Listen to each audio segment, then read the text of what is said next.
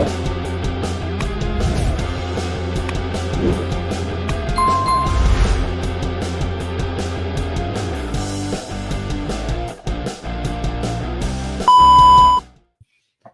love that tune. Hey, how's it going, buddy? Not too bad. Long time no see. How you doing? Doing great, doing great. Want to welcome everybody in to Yes. the Two Sides of the Pitch podcast. Welcome, Season welcome. 1, episode 1. The first of many, the first of many. Um, yeah, we're your hosts, Colin and Jamie. It is very nice to see everybody out there. Yeah, want to give everyone a brief rundown of what's up. Yeah, me. Oh, yeah. Sorry. I was wondering who you were talking to. Yeah. So, this is season 1, episode 1 of our podcast. Like we said on the intro videos or the bonus footage, it's Colin's channel's not gone. It's just this is a revamp of us colliding together. Is that the word? Oh, well, Collabing. collabing together, and we're not just Spurs based. Even though I'm not biased, it's just I needed a decent background instead of a white door. And yeah, we're going to talk. I'm a bit biased, but We're going to talk not just Spurs, every other team. This is for the fans to have your say, and we've got lots of stuff happening, which we'll go through in the show, and Yeah. we've got some exciting guests hiding in the background somewhere. Absolutely. And I think first things first, we need to talk about some people that are kind of behind us as a show and as a channel. Yeah, you ready to talk about them a bit? What do you mean? Sorry. Oh, these guys. Oh, these guys, yes. So I was trying to what you were saying, Colin. Sorry. Yeah. So we've been working hard in the background trying to get this podcast to work, and we've got a new sponsor for our show. They're called Alloy Collectors. Colin, if you want to put the video up while I talk. Yeah. There you go. It's a very niche market. There's none around. It's basically a metal sheet of stainless steel, flat, and you put it together, and you can make this amazing product. Because we've now collaborated with them, they've got more stuff coming out. So in October, they've got the brand new Spurs kit coming out with home and away. They're doing retro shirts for other teams. They're also doing collabing with other Premier League clubs, which is hush hush at the moment. So I can't tell you who. And because of you guys, if you use the code 2 sides, you get 15% off. And it's a really unique product. Me and Colin are going to get samples sent to us. The minute we got them, we can show you what they're exactly like. And yeah, really great to have them on board as our channel sponsor. Boom. I couldn't agree more. So big up to Alloy Collectors. And I can't wait to get my product, and hopefully you guys love it so much you get one yourselves. Yeah, 15% off. So all the descriptions and their link tree is in our bio. So just click on there, use 2 sides to get 15% off. And it's a good gift as well because Christmas isn't that far away now. You might as well start planning. Yeah, exactly. Get it out of the way now because and they got new merch coming out. Definitely. So yeah, we got that going. We're very excited about that, and we've just got some general Premier League stuff to go through today. I mean, there's a match this weekend. I don't know if it's a big deal. Spurs are playing some small team. Oh, it's just some little deluded fans on the other side of North London, I guess. Yeah. But we're not biased. We're not biased, are we, Colin? No, not us. No. But yeah, no, we want to welcome you all here. And we're really excited. Me and Colin have been working in the background. It's obviously we're streaming from the US and London, so you can imagine the time difference. But we're here and we're ready. Absolutely. And with that, is it time to start bringing in some homies? Yeah, let's bring some on. All right. Well, first of all, we've got a fan who supports Man United, and he goes by Robbo, and hopefully he calls in just a second. Oh.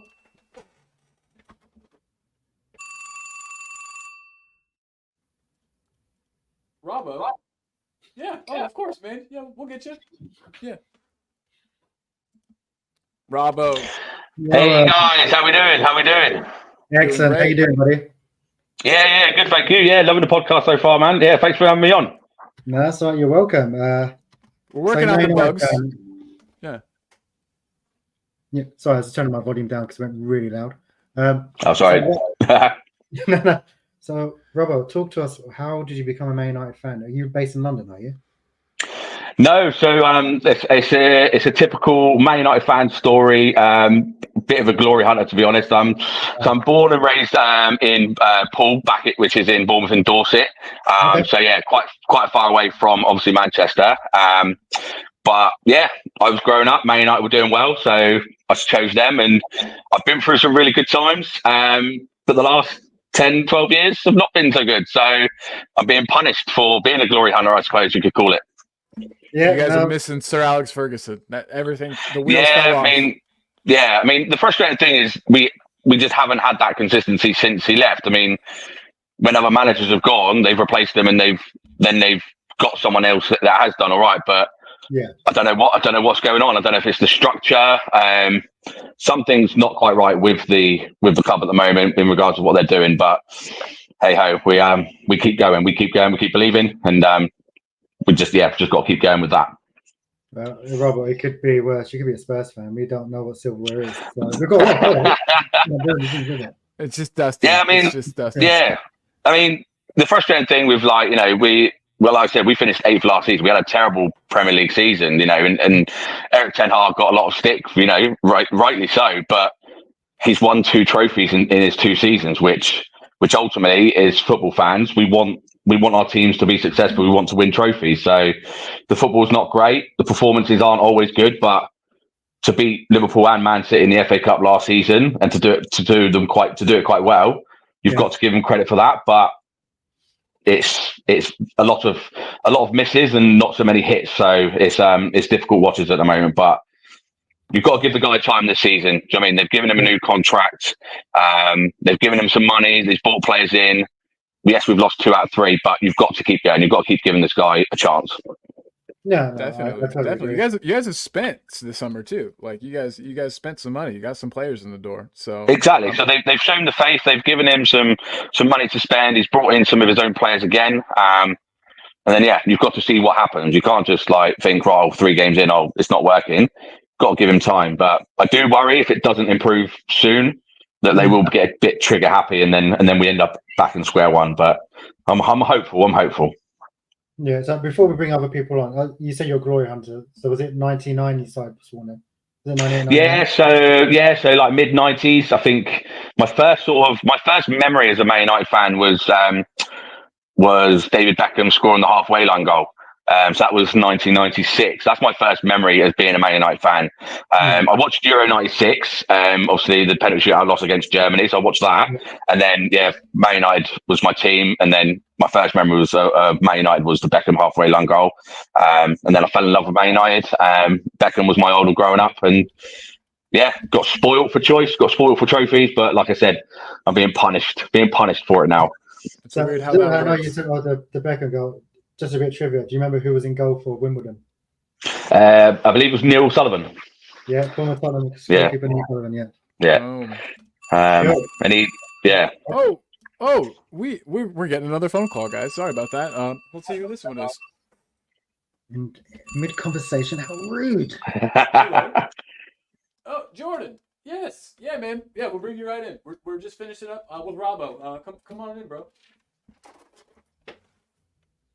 And we got Jordan. Hey, what's up, man? Hey, Jordan. Hey, man. Oh, yes, guys. Yes. You good? Yeah, man, I'm good. Nice, man. Cool. I can see you're on the road to 1.5k subs, so don't worry, boy. We'll get you there. So you're a Liverpool fan. Why? Yes, I am indeed. Why are you a Liverpool fan? What made you choose Liverpool? Well, I am from a Manchester United family, so cool. Born and raised in a Man United family. I choose when I never choose Liverpool. I watched Liverpool when Steven Gerrard was playing, so I was saying I really want that this club to be my club. So yeah, I choose Liverpool because of Stevie G. I look up to him when I was young, growing up, and I choose Liverpool until now. So yeah. Yeah, I was going to say it's a bit dangerous being a Man United household and a Liverpool fan. Yeah, That's did you not- make everybody mad? Was everybody mad at you, Jordan? Not really, So yeah. And Yeah. hey, where are you coming from? Like where are you streaming from today? I'm streaming from Jamaica, indeed. So That's yeah. wonderful. We've got Nice. people from all over. I love it. We're making the times work. Thanks for being here, Jordan. We appreciate Yeah, you we big time. appreciate it. Yeah. And we definitely will have some more questions regarding Liverpool, for sure. Mhm. In a bit here. But yeah, I good think to have it's- you I on, think- man. I think it's time to bring on one of our own, isn't it? Oh, well, he hasn't called in yet. We'll give him Has he just a not called second in? to see if he calls. Speak It's of probably, the it's devil. probably the area code, isn't it? I think I got him. Yep. Speak of the devil. Hello. Yeah, man. Finally, about time. All right, here we go. AJ, always late. What's up, man? Fashionably late, right? Exactly. You don't want to be early to the party. I get that completely. Never. You don't want to be that guy just stood there on your own waiting for everyone to come in, and they realise that you were that guy that was there before everybody. Yeah, that's the guy that everyone gets pointed at, isn't it? Is that, oh, look at Mr. Lawson. Mm-hmm. Yeah, I know that. Robbo over here. No, I'm just kidding. We're just kidding on Robbo. But AJ, how are you doing today, man? Yeah, man, I'm good. Sun shining, birds singing, North London Derby weekend, a chance to send the Nomads back to wherever it is they came from. Great to see Wow. the two new guys, Robbo and Jordan, I do believe. I don't know if Robbo knows. He seems to have something on his shirt. Maybe he needs to scrub that and get rid of that. Hey, we're starting early. We're starting early, boys. We're starting early. The jabs are coming. Yeah. I'm just trying to be helpful. No, thanks, mate. Appreciate it, brother. Good stuff. We got Quez Ali in the chat. We got a lot of people in the chat. So big up to everybody. But hey, since we've been asking, AJ, people probably know, but how did you become a Spurs fan? Where did that come from? Tell us a little bit about your love for Tottenham. I didn't have a choice, mate. It's called indoctrination. It was pumped into me from a young age. I was literally sat in front of a screen, eyes peeled like, Clockwork Orange style. Eyes peeled back, and I just looped Tottenham Hotspur footage like for 24 hours. So yeah, I didn't really have a choice. And Just had your eyes now, open like this. now I think I'm brainwashed. It's like I accept that my club's the best in the world, regardless. So yeah, I mean, it is what it is. Boom. No, I Yeah, totally agree with that. absolutely. It's the same situation, kind of. My whole family, it was the choice. Who do you support? No one or Tottenham. So Yeah, exactly that. A lot of people in my family, I'm kind of like Jordan. A lot of people in my family were Arsenal supporters. Boo them. Do what? I said boo them. Boo them for sure. Yeah. And so I a little bit of my Spurs love, I think, comes from being contrarian and wanting to, not be on their side. But also, you watch that, 2010 era, 2009, 2010. There were some amazing Spurs players: Aaron Lennon, Gareth Bale, VDV, the other VDV, Peter Crouch. Just the Redknapp era is what got me. Just so that everybody knows. But yeah, awesome blossom. Awesome. I was going to say we've got Robbo's David Beckham. That's his goal. He remembers. AJ, what's the goal that always comes to mind with Tottenham? Oh, there are many. We're putting you on the spot. I think for me, one, if I think of a goal, if I think of a quality goal, it's got to be Modric, the goal that never was. Not Modric. Not Modric. Not Modric. Yes. No. Pedro Mendes. That beautiful. I know the goal. I know the goal you're about. I bet you do. Snap. I love it. I love the jabs. And it's an absolute travesty, not just for Tottenham, but for football in general, that goal was never given, because it was a peach. It dropped right between the six, middle of the goal. and Roy Carroll looked more like a fisherman at that point, caught up in the net, then Yeah. with a goalkeeper, and it wasn't given. But yeah, that's the one It's that's why it's I think that's where my hatred for Manchester United comes fair from. enough. And it is. Hatred. Hatred. Yeah, I Wow, mean, here we go. That's a big word. That's a big word. You can't take that back. The thing with the Roy Carroll is the way he just acted like it was never over the line, like the balls to do yeah. that. He was And just that's like, probably nope. what fooled the ref. Like, yeah, it's like, yeah, it was nowhere near. What are you talking about?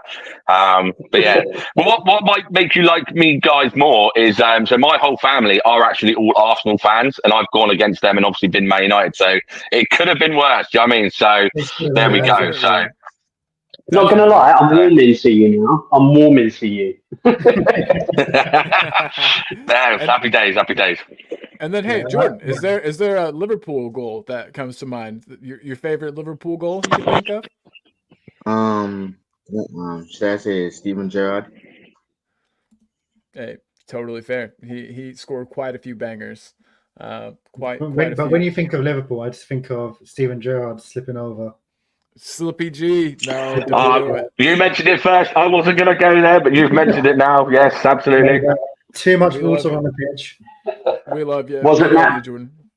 Wasn't that directly after he'd given that speech at like halftime saying we don't let this slip? Just Yes, just yes, comedy yes. right The irony was magical, but But What is that? What is it they say? The key to great comedy is timing, and that is just absolute brilliance.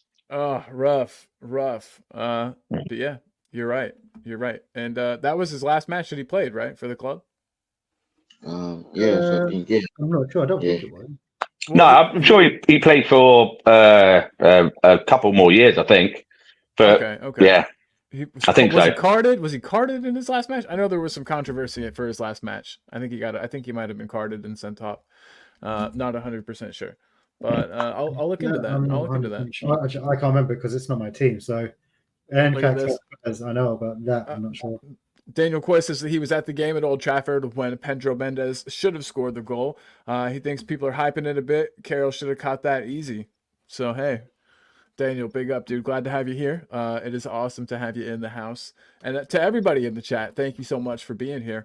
really As you appreciate guys know, we are hitting the whole Premier League, the whole of the Premier League. There's matches all weekend.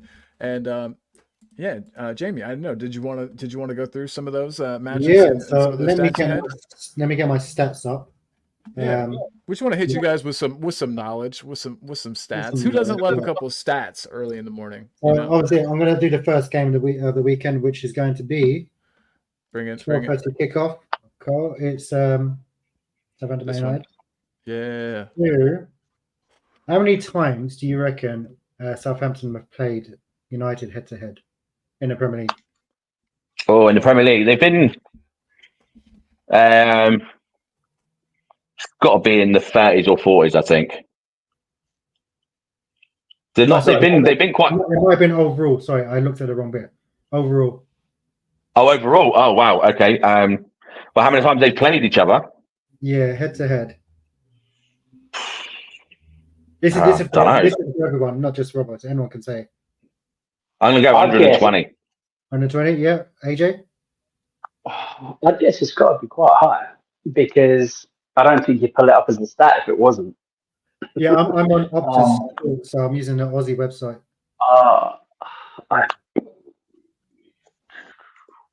In the club's history, both clubs' history, how many times they've gone head to head? Yeah, all it says is it's a previous. It's head to head. How many times they've played each other? I promise I'm not cheating. I'm going to say 85. 85 is my guess. No, I'll let you know after. So AJ, what did you say? Sorry. I'm just going to say 100. Yep. Okay. And Jordan? I'm going to say 90. Yeah. Yeah. So they've actually played 92 times. Oh, man, Jordan was the closest. 92 Jordan. times. Oh, fair play, Jordan. Nice. Yeah. Absolutely. So nice job, dude. in those 92 times, how many wins do you reckon it has been for United? 60. Yeah, 65, I reckon. 65. Yeah. Who else? Jordan? 73, I reckon. Jordan's like, I don't care. I don't like Man United. Yeah. No. What do you think though? What do you reckon, 80. Jordan? 80? 80. Yeah. Fair. No. Yeah. And Jamie, AJ, what do sorry, we got? AJ, what did you say? I said 73. Okay. So they've only actually won 49 times. So my No way. closest with my 60. Wow. Yeah. So yeah, Wow. 17 wins is Southampton, 49 for United. And then Last draws time they galore. played at Southampton, Man United won 1-0. And would you guys know who the goal scorer was? This was back in Is it- 2022. Damn. Was it Fernandez? Bruno Fernandes, yeah. Wow. There he goes. Wouldn't be So- surprised if it was a penalty because the guy can't stand on his feet, but that's another. God. Hey, if we were after him, and if Spurs would have got him, we would have learned to love him. I think so. He's just got that irritating face though, Colin, where it looks like a rat. He just whines in the air. Wow, he can't help that. He was born with that face, Jamie. His parents gave him that. He didn't ask for it. No, but I agree. I agree. Yeah, we would have learned to love him though. Admit it. So hey, real quick, Robbo, are you worried about this match? Is there any player on the Southampton team that's got you scared? I don't know how you guys are doing injury wise. So, I think injury-wise, we're still missing Hoyland and Luke Shaw, but I think everyone else is pretty much fit. I think Mason Mount again is injured, which we just don't count. I don't count him as a player at the moment because I think he's played like 10 times.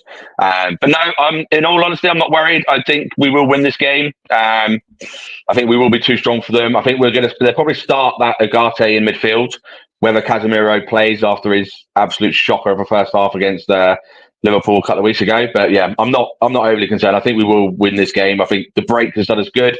They can refresh and go again. So I think it will be. I think in my predictions, I've gone for a 3-1 Man United win. nice. Yeah. So All right. sorry, can I just go back on what he said there? So he does a TikTok predictions. Oh, I yeah. predicted 3-1 as well, and he only predicted Spurs to lose.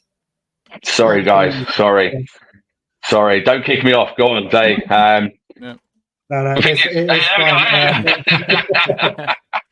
I have to go for what I think because I have this thing. If I get 5 or less right of predictions a week, I have to do a forfeit. So Yeah, cool. I have to go with what I think, and I've had to do 2 forfeits already. I've had to do the hot chip challenge, which was 100% one of the worst things I've ever done. Man, It was I've absolutely done that. awful. Those are rough. it was. Man. Yeah, it was rough. It hurts going in. It hurts coming out. Yeah, I was still struggling like for a day. And then my last one was I had to give myself a Ted Lasso mustache. So pretty much the same mustache we've got going on right now. I had to do that, and I filmed myself doing everything like that. But yeah, and my followers sort of vote for the forfeits as well. So it's pretty cool. So yeah, it's been pretty cool doing that sort of stuff. At least you got a good mustache out of it, man. So yeah. Colin, Yeah, I was going to say, so Corey, because there's obviously Spurs people in the chat.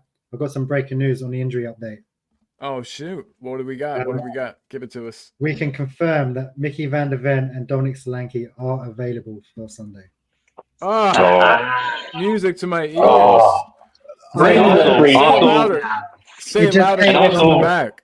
It just came in on my phone, and there's there's an update. It says very positive. At Mickey's good. He's trained, and they're both available for training. We still got a couple of days to go, but I was dreading that. Thank God. I've been worried too. We would have done them without either of those guys, I think, but it would have been a lot more nervy.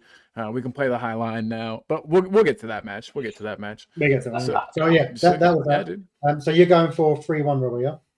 Yeah, I think we'll win 3-1. I think defensively we will concede a goal because they're not right at the back yet.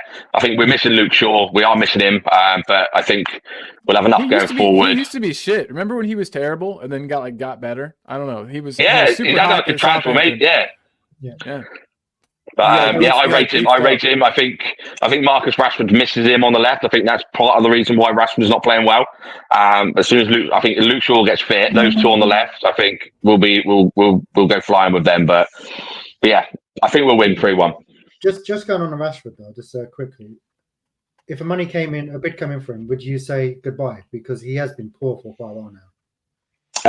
Yes, I think so. I love Rashford. I like Man United are famous for using homegrown players, and you know what I mean, like, you know, the class of '92, you know, Busby Babes, all of that. So it'd be sad, like with McTominay going, you know, you don't want to see homegrown players go, but Rashford needs a lease of life. He needs something new, and I think that's something that he's going to have to sort of consider maybe at the end of this season. You know, he's lost his place in England squad, so it might be something that is going to have to happen in the future. In regards to Rashford, it's not quite Dele Alli-esque, but he certainly has nosedived off of a cliff. I mean, he is nowhere near. No, he's not even half the player he was at his best. And No. he's still, what is he, like 20? Is he 26 now? Yeah, he's not old, is he? he's like mid. He's not a young player, but he's not old either. Do you know what I mean? This is when he should be at the peak. He should be at the peak of his playing powers now. But I would, if somebody came in, but I don't see who's going to come in offering for him. He's not offered anything. We all know when he is at his best. I'd take him for 40. I wouldn't have him anywhere near Spurs. I don't think he offers anything, especially at the moment. I don't think he offers anything that we don't already have. When he's at his best, he's deadly. Yeah, when he's playing out on that left, he's got the ball at his feet and he's playing into space. When he has full of confidence and he's at it, I think he's exceptional. The problem is those are few and far between. You know, he'll have one good performance, 13 bad. And as an attacking player, you need your attacking players to contribute more towards, you know, in the final third, and he's just not doing it. Yeah, I agree. I totally agree. It'll be interesting, like I said earlier, it'll be interesting to see what happens if and when Luke Shaw does come back to fitness, because I think they play well together on the left, but hopefully we'll see what happens with that. But yeah, he needs something to happen. Yeah. Definitely. No, I agree. Well, we appreciate all your insight on that, man. And we'll be back. We'll ask some more Man United questions for sure. But I think Jordan's going to be interested in the next match we've got coming up. Mr. What's Jamie. That? Who are they playing? Liverpool Forest. Oh yeah, I see him. I see it. All I see is a Forest win here. No, I'm joking. Okay, so head to head, how many do you reckon they've played? I don't know. Forest were big in the Forest were big in the 70s and 80s. So no, this would have been a huge match if it was in the 80s. You know what I mean? This would be like the match of the weekend. So yeah, man. I'm sure they've played a lot. I'm gonna go. Oh, you go first. 107. I'm going. Okay. It's very exact, and I like that. I'm gonna go with 106. I'm using that strategy. One less than you. So that's cold, but yeah, go for it. Hey, cheeky. Yeah, I'm learning. What about you, Jordan? This one tricky, guys. Seriously, this one is tricky. I'm going with 104. 104. Nice. AJ? AJ's probably cheating. We can't see him, and so he's probably got his computer, and he's. Yeah, I'm already like fact checking and everything. I don't know. I'd say 106, 107. Round about that. I'd just shy of 110, I think. Yeah, so you've all gone over in the hundreds. It's actually 86.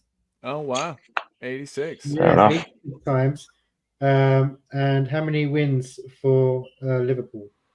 I'd probably say half and half. Probably like 40. No, Okay. wait, sorry. No. I'm actually gonna go lower because 30 wins for Liverpool. 30. Okay. I'd say about 33, 34 wins for Liverpool. Yeah. Okay. I'm going 39. Okay. Jordan. I'm going with 45 wins. 45. Yeah, that sounds legit. I could believe it. Wins are 43.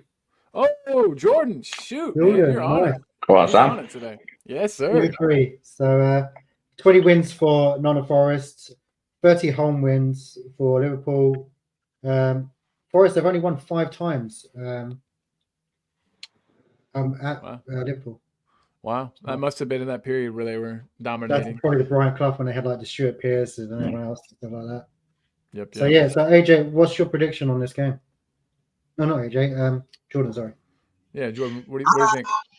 For me, man, We have 3 wins in the bag. We're going for 4 tomorrow. I'm going for a 2-0 win. Clean sheet, unbeatable, and then we move Dang. forward to the game. Yeah, So because looking for you've won all your games 2-0 so far, haven't you? So they yet to concede, aren't they? Yeah. Yeah, so they, I'm they hoping. can't concede. They're going the entire season without conceding, I think. No, definitely. Look, they're playing Nuno ball. Nuno's pool's gonna have some fun. So Oh shoot, I forgot about Nuno. So Jordan, how's Liverpool though? Like, who do you think is going to be like your big game player tomorrow? Who do you think the goals are going to come from? for me, the king of Egypt, Salah. He's unstoppable, and I know he turns Man United in his own playground, but yeah, just moved it indeed. I So lo- yeah, Salah, it's Salah, man, Salah indeed. I love So it. I love it. Were you scared you guys were going to lose Salah over the summer? I kind of thought he was going to leave. well, that's the reason why. And then we signed Federico Chiesa in the summer before deadline day. I think yeah, it's going to be unveiled tomorrow in front of the Liverpool fans. So I'm looking forward to see him unveiled. So yeah. Nice. So Heck yeah, dude. Sweet. Good stuff. So it looks like Jamie ran away. But the next match that we've got for the weekend is going to be Man City Brentford. And I just want to know, do you guys think the Brentford are going to be able to steal some points off the City again? They've done it in the past. They've done it in the No. past. Not at all. No, You don't- I you don't agree. think Yeah, so? not at all. No, not at all. It's City normally start the season slow, but they're not this season. They've started on fire. Yeah, this is an easy win for City, I think. I'm just getting on Um, stats. Sorry, boys. Oh no, you're good. You're good. I had to go to the toilet. Right, okay. How many times do you reckon they've played each other though? It can't be that many. I'm going to go 26. Not a bad guess. Yeah. Anyone else? I said 60, but I think that's going to be far too high. But we'll see. I'd say about 40, 45, 46. Jordan? Jordan. I'm gonna say 48. They've only played each other 12 times. Holy shit. Yeah, I didn't think it was that many. Yeah. Wow. Yeah. So with the win, what do you reckon the wins are for City? So you got 12 games. I'm going to go 10. Luca, do you want to come and talk? Come on, buddy. I tried to get a hold of you on Twitter earlier, but it was very last minute. Let me see if you've messaged me back. You say 20. How many did you say? Sorry, I said 10. 10. Yeah, AJ. 9. Yeah, and Jordan. I'm gonna say I'm 50 because Pep is just Pep. So yeah. How many? Say 15. Yeah. They've only played each other Yes. 12 times, so it can't be that.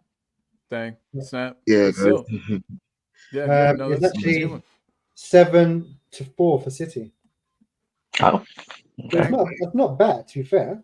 No, honestly, it's really not. I like I was saying, Brentford seemed to just be able to get points against them. And I would wouldn't be assume- surprised if there's a draw. I really wouldn't. I would assume that a couple of those games were when City weren't the team they are now. When City yeah. were in the. Yeah, you're So- probably right. 100%. That's where I think. That other Manchester club. That other one. Yeah, the other side. Yeah. Red and blue. Yeah. Fair. Yeah. You're probably right. What else we got? What's the next match? It looks like it's Palace Leicester. I think that we're definitely going to see Crystal Palace win this one.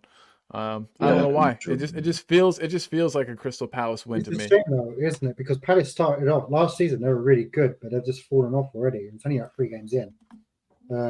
But I know I like Palace, and I just don't like Leicester. Well, it's more Vardy. I don't like Vardy. Because he scored against us. You just don't. You No, just don't like it's that. just arrogance, little. I kind of like it. I like the No. fact that this guy drinks a Red Bull or 2 before the match and slaps a nicotine patch on his arm and runs out there and used to work in a factory. I don't know. He's got a cool story to me. I like his story. It's He had like to- the dodgeball underdog story, isn't it? Really, kind of thing. Truly, Yeah. he had to climb. He had to climb the ranks. He did it the hard way, sort of like Ange Postecoglou. So I like it. So I like it a when lot. it comes to head though, how many games? I think it this seems has like got it to could be quite high. Yeah, I think it's same. got to be quite high because they've always been round about each other. I do believe they're both teams that have made it into the Premier League regularly and then drop back out. And I mean, Palace have been up for quite a while now, but Yeah, I'd say something like 70. I want to say 76. 76. Yeah, okay. I go 48. I'm going a bit lower. Wow. I'm gonna say 85. 85. Okay, Jordan. Well, before I say that, the boss is back in town in the Premier League, Jamie Vardy. So I'm gonna go for his team to win to go. I'm gonna go to 96. He's back. Okay, it's actually 28 times. Wow. Wow. Mad. Okay. So 28 Rado. times. But what's the wins for Palace? I'd say it's got to be pretty split. I'm hard pressed to give a number here, but I'd say it's definitely a pretty even split, right? I I'm can't going say. 12. 12. Okay. Well, I'd say 7. 7. Yeah. 5. You said 5. Okay. Yep. And then Jordan, how many times do you think Palace has won?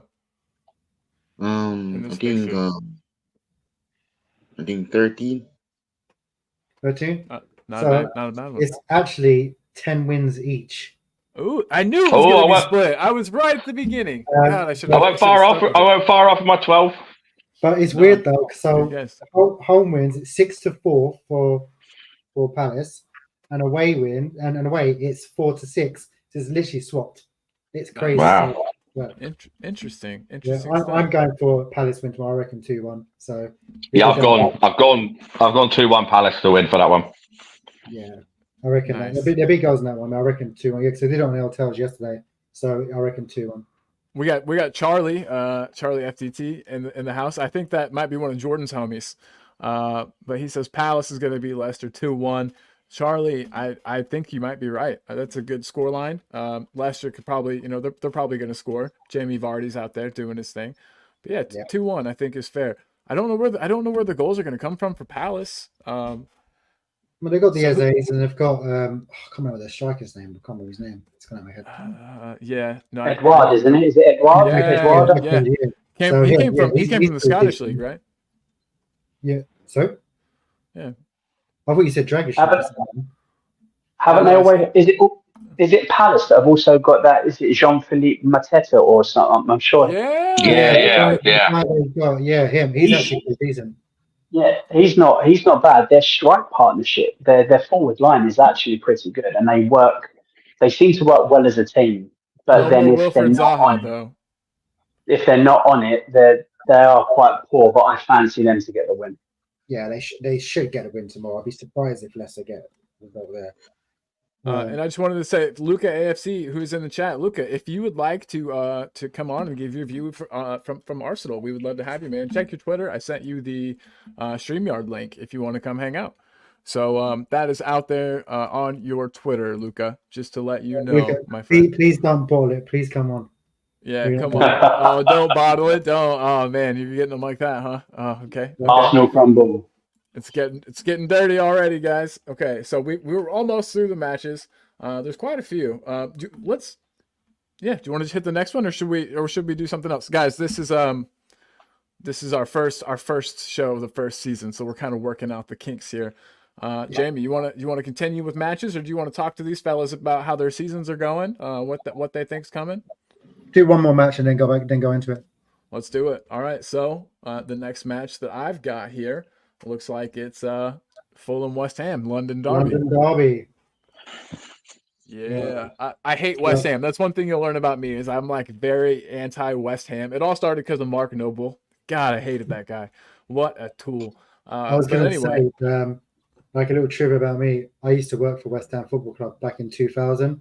So I lied. Cancelled. I lied to get in the job. So my friend worked there, and I was like, "Yeah, tell me to come down." This is when I was like really young, and I just walked in and started working in the Alvin Martin stand. and I couldn't have the badge touch my chest, so I wore my Spurs shirt underneath it because it was disgusting. Good stuff. Lad. Good stuff. Good Yeah. stuff. Lad. Good stuff. I could not have that. I got in trouble as well for because I think our first game it was Tottenham. It was West Ham v Tottenham. When we had Andy Booth, I remember him like how good he was. I got in trouble because I was sitting in the stands because it was quiet. The Saturday watching in because it was quite empty, and then I was like, no, I can't wear this badge on my skin, so I had to wear my Spurs shirt underneath it. It's disgusting. Oh, if I could go back and do stuff. West Ham, the Olympic Stadium. I mean, I'm glad that we didn't end up there. I'm glad that we didn't end up in the Olympic Stadium. Well, they were Sure. saying if we went to Stratford, we wouldn't be able to use a representative name Tottenham, didn't they? I think the mayor or the MP of Tottenham said you can't take the name with you or something like that. Interesting. See, I wasn't aware of that. I just knew that it was something Daniel Levy had up his sleeve, or was at least considering. Or anything to get a free ride. But that's I'm not going to do Levy out stuff. I can't be asked. Yeah. Well, with the London derby, let's start with AJ. How many times Yeah. they played? At least 60. At least 60. Okay. Oh, sorry. Yeah, not time for that yet.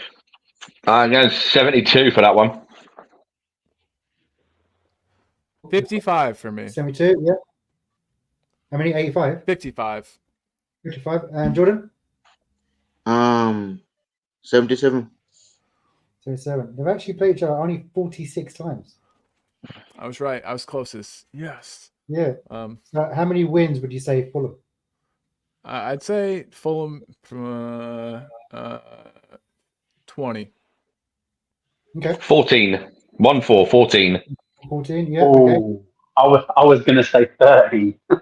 Go for it. You're allowed. You can do So you're anything you saying want. 13, yeah? There's no rules here. Yeah, no Yeah, rules. 13 is my lucky number anyway. It's on the back of all my shirts, so 13. Nice. And it's Friday the 13th as well. So how weird. Holy Oh. smokes. Yeah. Oh, everybody be careful. Jordan, how Friday many the times 13th. have Fulham beaten West Ham?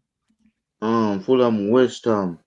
I think 11 time, So maybe. you, Robbo and AJ, you're going to kick yourself. It's actually 15. Oh, Ah. so close. When Wow. he said 14, I thought AJ was going to go 15, but he went down. So, Man. Look at this. not So bad. So Daniel. yeah, 15 wins to 22. So yeah, West Yeah. Ham were up in that game. West That's Ham. not God, they're not my favorite team. But anyway, blow some bubbles about it, West Ham. We'll get a West Ham fan on here. I'll try to be nice sometime. I messaged some today, but they just blanked me, so it's fine. Yeah, hey, they'll be here someday. But yeah, Daniel says idiots like me are paying tax so West Ham can have their stadium paid by the taxpayer. That's that's its own thing. But yeah, Daniel, big up, dog. Big up, of I course. think we should just all quit our jobs so the stadium can't be paid for, shouldn't it? There you go. Good idea. Just quit paying your taxes. No one cares about that, right? Exactly. So guys, real quick, we know that there's a match this weekend. A team that I follow, Jamie follows, AJ follows. They're playing some small minnow team, and yeah, I kind of wanted to talk about that just a little bit. Tottenham versus Arsenal. It's going to be at home. Spurs for the first time in a long time. We're playing our first North London derby at our place first, and I mean, Jamie, what do you think? Actually, let's get AJ first. AJ, what's up? What are you thinking about this, buddy? I'm actually looking forward to this game. I didn't think when the fixtures came out that I'd be looking forward to it so much. It's very early in the season, but going on, I would prefer they had their full street team, but it doesn't matter. You can't use injuries as an excuse. That's why you build a squad, right? You don't have 11. You build a squad. You build a squad so that when you pick up the injuries, you've got players of that ability to come in and do the job. It certainly wasn't allowed to be an excuse for us last season when we had one of the worst injury hit teams in the league. I think possibly first or second for the amount of injuries we picked up. I think we'll do the business. I really do. I'm absolutely pumped for it. We've absolutely controlled every single game we have played. There have been moments where the other teams have had 15, 20-minute spells we've had issues where we do not put away our chances, which is the biggest problem we've had. We're actually not getting hit so much on the counter. We're not having so many chances conceded against us, not as much as last season. Yeah. Our problem is we're not converting the opportunities that are being created.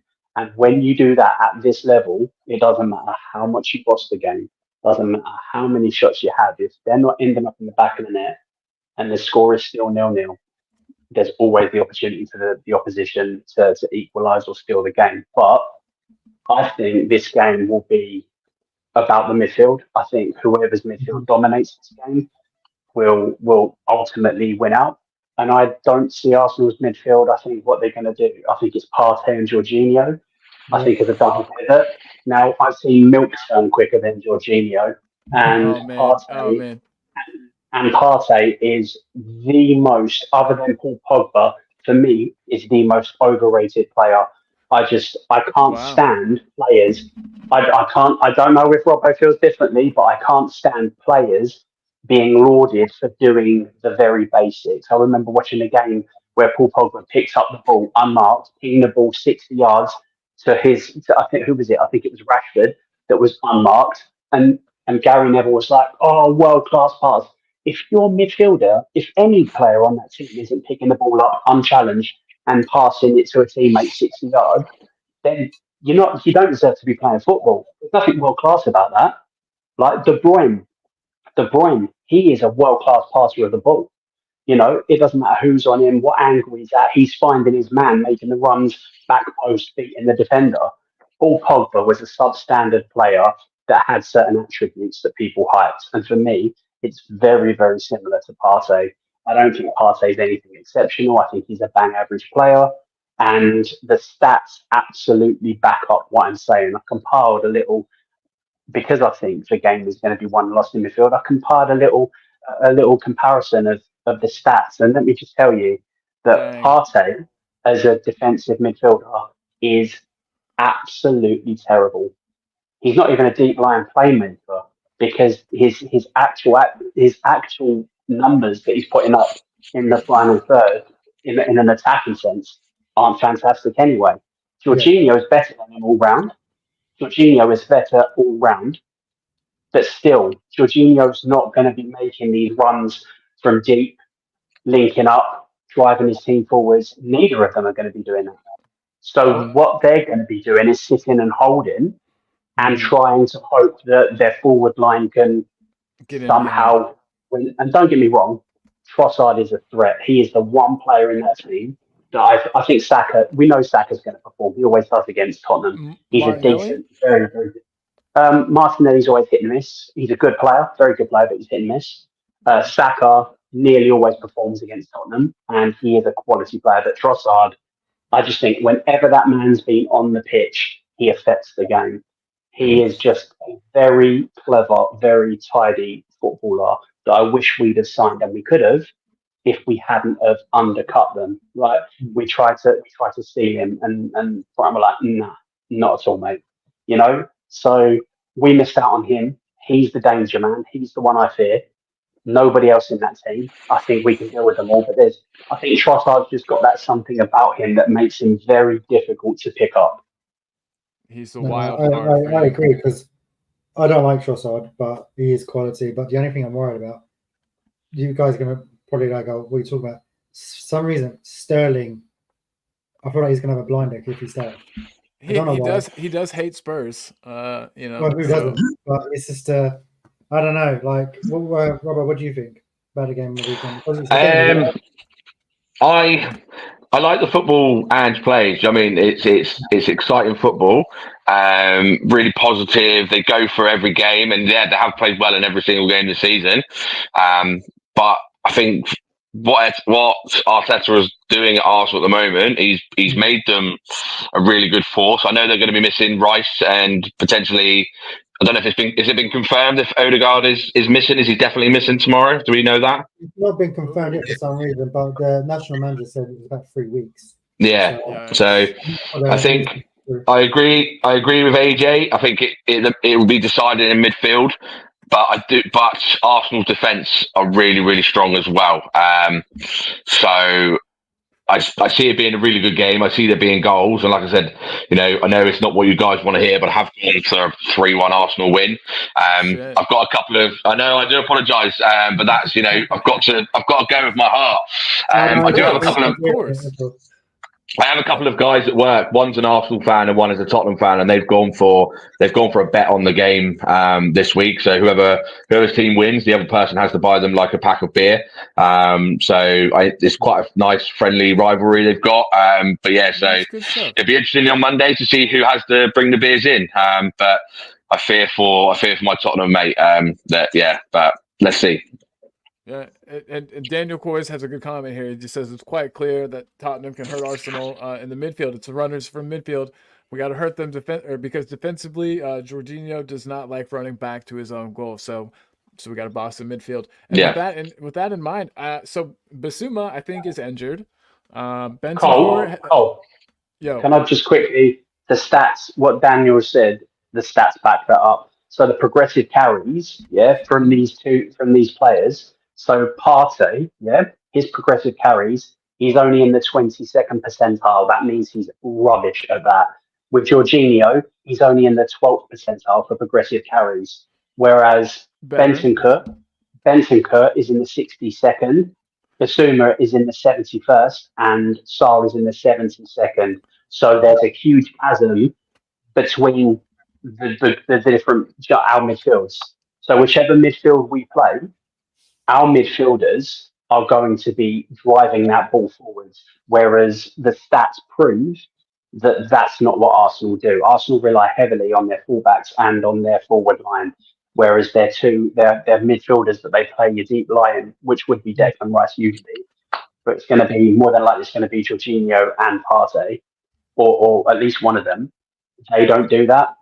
It's not their game. So we can, if we play to the best of our ability on the front foot and play our pressing game, we should ride roughshod over that midfield. But then breaching, as Robert said, doing that is one thing. Breaching their defence is totally different.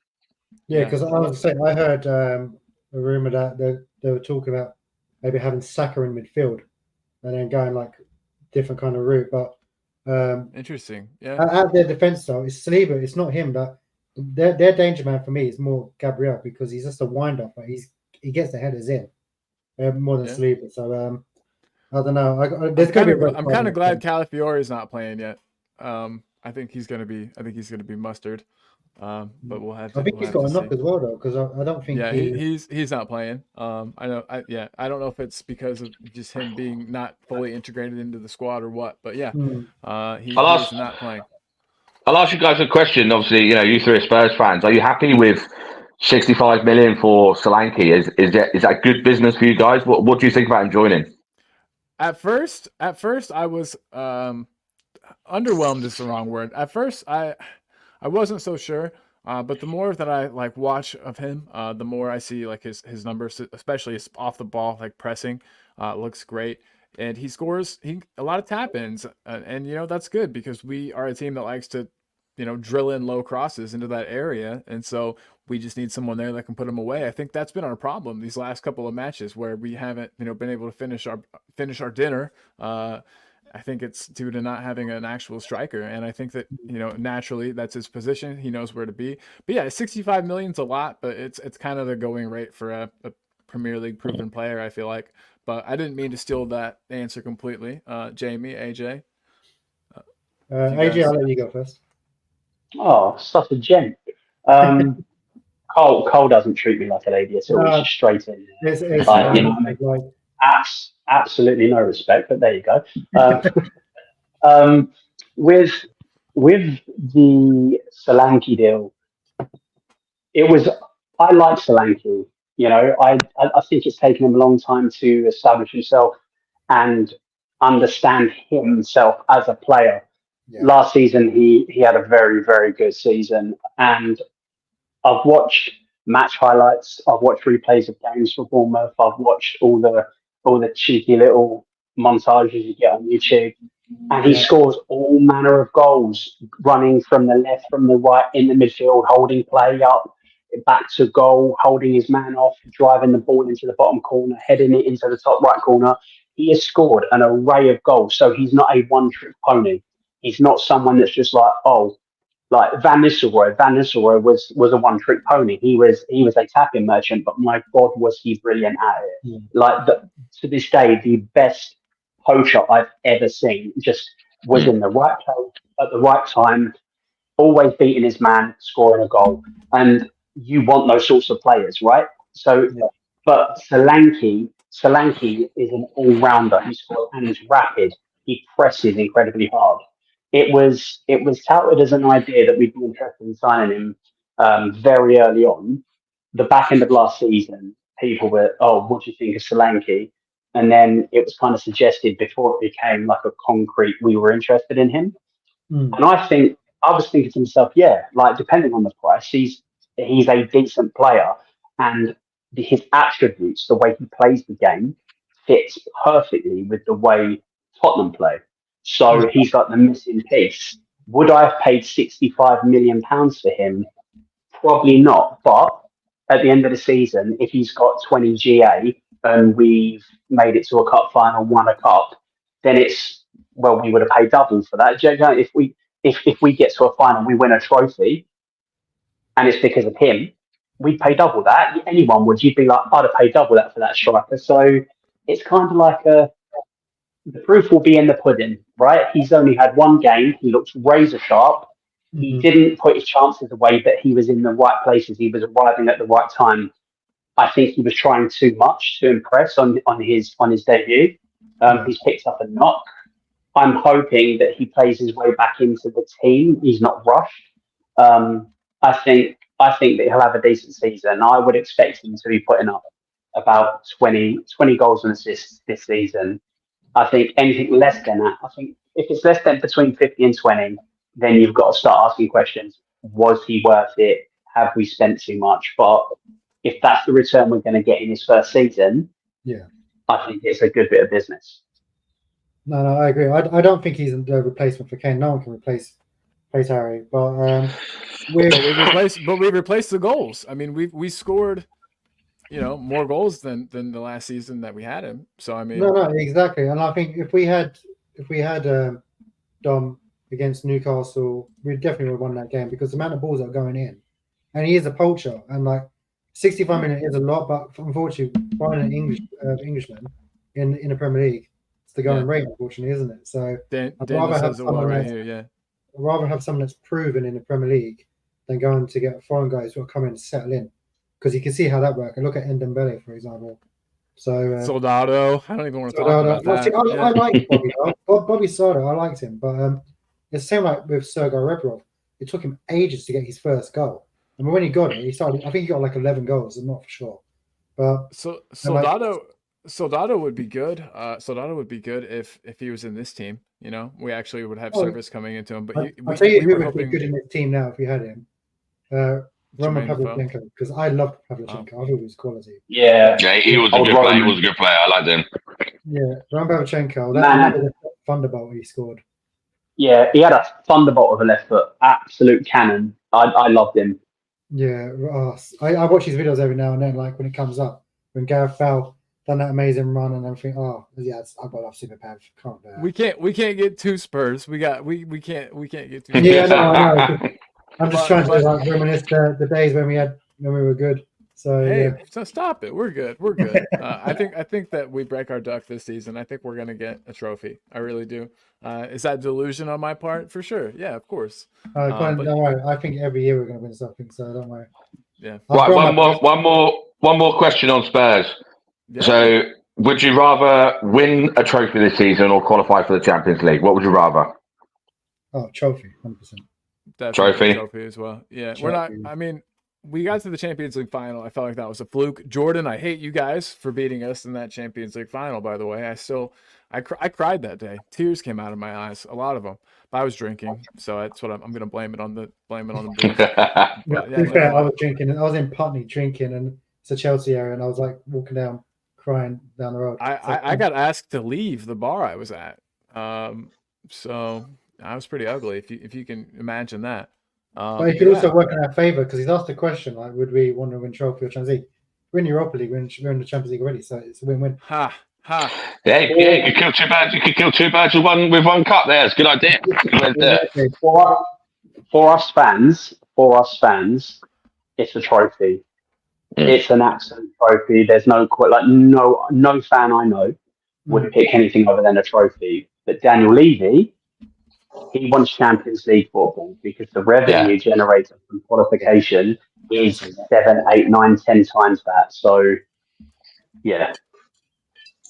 I just want to say real quick, big up to Luca. We'll have you on soon, man. He's Gooner Gossip channel at 5 p.m. And then I also wanted to say, Jordan, you're doing a watch along later too, right? For some La Liga. Is that what you were saying? Yes, I'm doing Real Betis. Yeah. Awesome. I'm watching that. So we'll make sure we get that link thrown up for you at the end of the show to make sure that everybody tunes in to that watch along with you. But yeah, I think we all here would agree, all of us Spurs fans, that a trophy would definitely be preferable to Champions League qualification. If you ask the bald guy in charge what he would want, I don't know. It might be a different story, but that's for a different stream. That's for a different stream. We'll do the Levy show like once in like season 2 maybe. Yeah, we'll get there. We'll get there. And again, thank you everybody who's watching. Like I said, with this episode, season 1, episode 1, we're kind of working out the kinks, but I think we're doing a good job. I'm having a good time. I hope you guys are having fun. There was a question though for you, Robert, mainly, but with ask everyone else. So audio put in keep, bench or sell, but Cantona, Ruud van Nistelrooy, and Rooney. Oh, you can't do that. Yeah, we make can it tough. do what we Make want it in our show. Wow. So, I mean, I'm for me growing up, like you've got to keep Cantona. I think he was the catalyst that started the success. So you have to keep him. So then there's Rooney on the bench, and Man United's highest ever goal scorer. And then as much I did like Van Nistelrooy. So like AJ said, an absolute poacher, knew exactly where to be. Was really good. And obviously he's now in the coaching staff. But unfortunately, we've got to sell him by the looks of it. But that's my take. Keep Cantona, bench Rooney, sell Van Nistelrooy. Yeah. Good AJ, question. What about you, AJ? I have to agree, although for a while I would have been tempted to sell Cantona and bench. I'd sell Cantona, probably bench Van Nistelrooy and play Rooney. So wait, this says RVP. That's Van Persie, right? Robin Van Persie. Oh, sorry. Who am I looking at? No. It says Ruud van Nistelrooy. It says RVN on the chat, but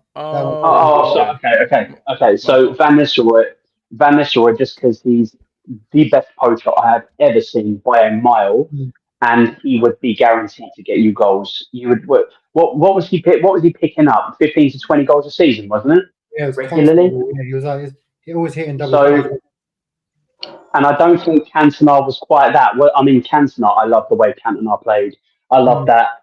The only other striker I've seen play to that sort of level of arrogance was Dimitar Berbatov. Know I'm good. I know what I can do. Give me the ball. Zlatan. I think Zlatan had that same. That's a good. But Good shout. Yeah, but I think the difference with Zlatan is just an animal. He's got that arrogance. He's got that arrogance, but he's also got that aggression. And I look at me talking about aggression, and there was Cantona kung fu kicking someone in the I don't even think he got in that much trouble. He didn't even get in that much trouble for that. He certainly isn't lacking in the aggression stakes, is he? So, what a difficult position to be put in to try and pick between those three. Yeah. Yeah, I'm glad. No, actually, it's just great that they've have these 3 players to choose from. I mean, there's been some wonderful players at United. I can't lie. Players I would have loved to have had. So yeah, man. and Rooney had such a weird career. Anyway, I was going to say before we go, I'll just put it in our little private chat. Keep bench Oh, yeah. Berbatov, Keane, or Kane. oh man, Berbatov, Keane, or Kane. Man, That's a tough so one. I'm not going to Oh, answer no. anyone else's opinion. man, hold on, I'll put it in the chat so everybody can see what we're working with here. Man, guys, you guys are gonna hate this. Everybody that's Spurs in the chat. I would like Sheringham or Klinsmann, but I thought some people might not know that far back. But Berbatov, Keane, Kane. I'll go last. First of all, you have to keep Kane. Yeah. You cannot keep our best ever goal scorer. Well, our best ever goal scorer and one of our most creative danger threats. You can't bench or sell him. You've got to keep him, which leaves a really hard choice between the other two. It's so, I love Robbie Keane. I'm pushing their goals in my head, and I'm like, I love Robbie Keane. I loved him. An Irishman that played like a Brazilian. Do you know what I mean? It's and then Berbatov, the man, just the absolute audacity to do some of the things that Berbatov is disgustingly good. Disgusting. absolutely. For me, it's do we all agree that Kane's got to be keep? Yeah, 100%. Yeah. I think so. Even Ryan, Wolves fan, Ryan G, big up to Ryan, says keep Kane, bench Berbatov, sell Keane. And I'm not sure you guys are going to agree. I think he's only saying that because Robbie Keane was Wolves, wasn't he? Yeah, I reckon there's a little bit of bitterness there. There's a little bit there, Ryan. It's a really hard call between bench and sell. It really, I genuinely can't pick. I think they're both great. Berbatov might have been the better player, but did he love Spurs as much as Robbie Keane did? And as a partnership, they were incredible. Yeah, for sure. Yeah, they were really good together. They played really well together when they had together. Did Berbatov ever sprint at full speed, do you think? I don't know if that guy I ever... don't think he did, but he had like the controls just like a magnet. Yeah. I remember a game against Charlton Athletic where the ball was pinned to him on the halfway line and he's taken the ball with the outside of his foot, done El Kukuri, and then at this point I didn't know he had that speed in him. He's gone absolutely bombing down, and I think, did he score or did he set one up? I think he scored, didn't he? I think he cut inside and scored, if I remember correctly. Was that the 4-0? I'm not sure. For some reason, 4-0's in my head. I can't remember, but it was us against Charlton. He picked up the ball, got pinged to him on the halfway line. He's done this crazy outside of the right foot, beat him, and just absolutely ran away from him. And I think he ended up scoring.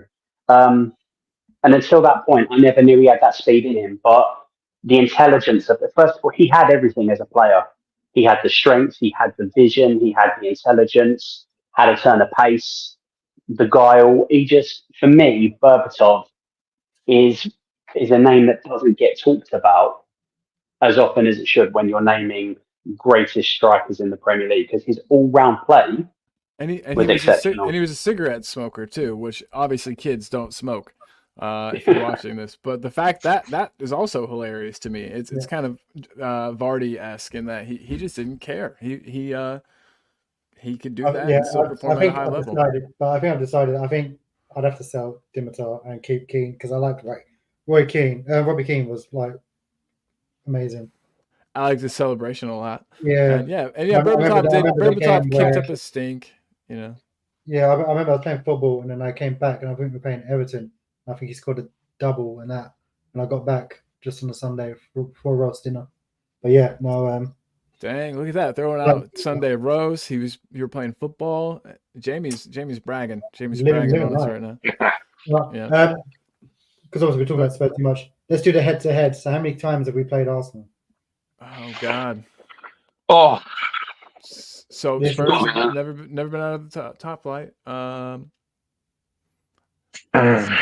79. 190. I know this officially. Wait. I know this officially. I know this. I only know it because I've heard it. I think it might have been mentioned on TalkSport recently. but I do believe it's the 196th North London derby. So on this app, it says head to head. We played them 174. Wow. That must go further back. Maybe this is That could, before. it could be just Premier League. I don't know or whatnot, but it can't be Premier League because it started in '92, didn't it? So Yeah. So it must go further back. but wins for Spurs. I'm Oh gonna- dear. I'm gonna graciously say half and hope I'm correct. Come on, Spurs. 78. 78, yeah. Yeah. Wins 70. for Spurs. Wins for Spurs 43. Ooh, you see a lot of Ooh, draws okay. in there, huh? Colin, 70. 70. Actually, 55 Hey. and 71 wins for Arsenal. Oh So- shoot! Ryan says, "What's the question?" We're asking. Sorry about that, Ryan. Just the amount of times that Tottenham and Arsenal have played each other, and now we had moved on to how many times had Tottenham won in the fixture. And you said it was what, Jamie? 40 something? What, Spurs wins? Yeah. Oh, sorry, I just went off it. It's 55. Well, Ryan G says 61. We maybe need to double check our numbers here. And Ryan says Arsenal around the 80 mark. Ryan G's on it. Ryan G's he must be looking stuff up. Ryan, are you cheating over there? I'm just on the Aussie app, so I don't know. Because I'm up just well. Okay, we've been on too much on Spurs, so I think we've been. We have. So I wanted to ask a couple of questions too. So Jordan, we haven't got you involved in a bit, and I apologize for that. I just wanted to ask if you had any thoughts on Liverpool's season. I know you've had a managerial change. How's that going? Well, the new manager? Well, yes, it's going fantastic for us indeed, and the formation that he used for us is very, very good indeed. And I'm surprised it's not a 3-3 again, 3-3 formation. It's now 3-2-1. So yeah, Slot is doing a fantastic job, and he's putting in the work for us indeed, and we're doing well. And The results show, yeah. Yeah, we're keeping clean sheets, and you guys will be facing us, but it will be your first meeting, even the Arsenal fans. But yeah, I'm really happy and I'm proud of what he's doing for the club. Boom, Yeah, boom, honestly, absolutely. I like Arnie Slot. He was my first choice if it wasn't Ange. But then, obviously, we got what we got. I love Ange anyway. But yeah, Arnie Slot. I like his attacking football. He's brilliant at Feyenoord. Like, there's just every time I check their scores, there's always winning. So, I mean, he's gonna have a good season. It's just, are they going to keep their big stars because they're on Salah's on 1 year left, Van Dijk, and someone else. I'm not sure. So, will they go next season? So I don't know. We got Ty, Arsenal fan in the house, saying hello, Jordan and panel. Big up yourself, buddy. Looking forward to spanking you guys this weekend. It's not AFTV Ty, is it? Is he not crying already? Hey, no, not yet. I think Liverpool are going to have a really good season. I think they look really, really good. They look more impressive than Arsenal so far. Oh, 100%, yeah. Robbo, you're not gonna like it. You're not gonna like it. But how do you think Liverpool are doing? Do you think they're gonna have a good season? You like the way Arnie Slot's setting them up? Robbo? Well, it's difficult for me to talk about Liverpool. Do you know what I mean? There's a massive rivalry in regards to that. It was absolutely painful 2 weeks ago. Wait, I was quite confident. rivalry? Yeah, apparently, I don't know if you know that, but yeah, I was quite confident that Man United would get a result, but for a few mistakes, like we played all right, we had chances, but Liverpool just look so good going forward. Every time they go forward, they look like they're going to score. And I know that's against Man United. Anyone can look like they're going to score against Man United at the moment, but wow. they do look good at the moment. But they haven't played anyone tough yet, and I'm including Man United in that, to be honest. So hopefully, when they start playing the tougher teams, they'll drop, and then Man United can sort of overtake them at the moment. But they're doing all right at the moment, to be fair. Yeah, I was a bit They worried for you definitely. guys because I thought you were going to get absolutely spanked when they went 3-0 up. Oh man. Yeah, it was tough. It was tough, but it is what it is. Like, you know, I had to painfully keep watching it because obviously I had to do part of my TikTok that I'm doing. I have to do like a reaction after the game, and obviously after it was my last game, and so I had to keep watching it to make sure that I was, you know, that my reaction was valid to what the rest of the game happened. So it was painful. It was absolutely painful, but that was 2 weeks ago. We move on, and we got Southampton tomorrow, so we move on. Exactly, exactly. And before I've got some kind of general Premier League stuff, but before we get there, what are your thoughts on United season? You think where do you think you guys are going to finish? How are things starting? Yeah, what's So your it thoughts, buddy? hasn't started well. I think we played all right in the Community Shield. I think we should have won that. We did all right against Fulham. I know, and we did play all right against Brighton. We had a very, very unlucky goal disallowed from the fact that Xerxes was sliding in from the previous ball, and then as it comes back, it's then hit him and gone in, which was offside. But then, yeah, the Liverpool game was a bad game. I'm not concerned about the season. I think we'll do all right. I think we'll challenge for the top four, which, for honest, is not good enough. The amount of money the Ten Hag has spent, but that's where Man United are at the moment. You know, I think we've become a cup team, which has been proved with two cup wins in the last 2 years.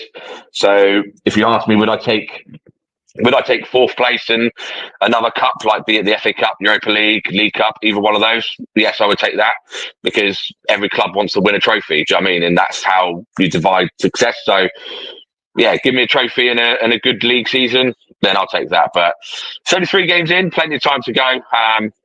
We need a good run of games, good run of wins to sort of get a bit of momentum going and get some players back fit.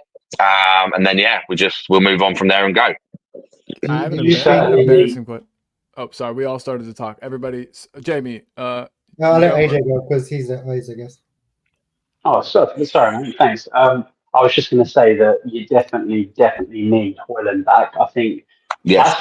Hoyland's a very good striker. I think he needs a run in the team where he's not hampered by injury, and he needs to be playing when your team are clicking and working. Yeah. Because I don't think we have just yet, and I think he's rapid, he's strong, he's got an eye for goal, and that's as soon as the ball gets through, that's what he wants. He wants to get on it and he wants to finish. I have to disagree with you though. I don't think you're going to be top four. I think sixth is probably the best you're going to get. Dang. Rough. That, yeah, I can see us finishing sixth, but I can see us being on a good run, and you know, when the team's clicking, we can play well. We have on paper we have really good players at the moment. It's just not clicking. But I agree with getting Hoyland back. You saw what happened to him when he got his first goal. He went on this run of scoring I think it was like 5 or 6 games in a row. Yeah, man. And so I think he's still quite relatively young as well. But like, you are completely right. He needs to be in a team that's clicking. They're going to get the ball to him. He's got a wonderful left foot. He's got a really powerful left foot, and he's a good finisher. And he's still room for improvement as well. So get him back fit, and then we'll see. I was going to say, do you think Ten Hag will last the season though? Ask me that in November. I personally do. I do think he'll last. Yeah, I think. Sorry, Robbo. No, I was going to say, I think that if we're around 5th or 6th come November, December, I think he'll last. I think he'll be out to the end. I think he'll be there at the end of the season. If we're languishing 8th, 9th around November, December before the transfer window, I think they'll make a decision. So I hope I'm wrong, because I don't like to see managers get fired. So I hope he does all right. But we'll see. But I think if he's hovering around 5th and 6th come November, December, I think he'll be all right. I think he'll last the season. And it all depends how we do in Europe as well. If he gets us into the knockout stages as well, then I think he'll be all right. But yeah, we'll come back to that question in November time and see how we go. I was just going to say, like, just going on managers in general, this is for everyone. Who do you reckon will be the first to go? That's tough. Sean Dyche. You reckon Yeah, it's got to be. Yeah, it's got to be. That kind of brings us to another one we had. Will Everton suffer their 4th defeat in a row? We were going to talk about. Who they got? Is it Villa away? They're playing Villa away at 5:30. Yeah, that's another defeat for Everton, 100%. Was I Sean don't see them Dyche getting crazy signed. to take that job? Like, What was that question? I'm saying, was Sean Dyche wrong to take that job? I don't know if I would have. I don't know if I would have taken it if I were him. I think mean, he it took gets his it. name back out there.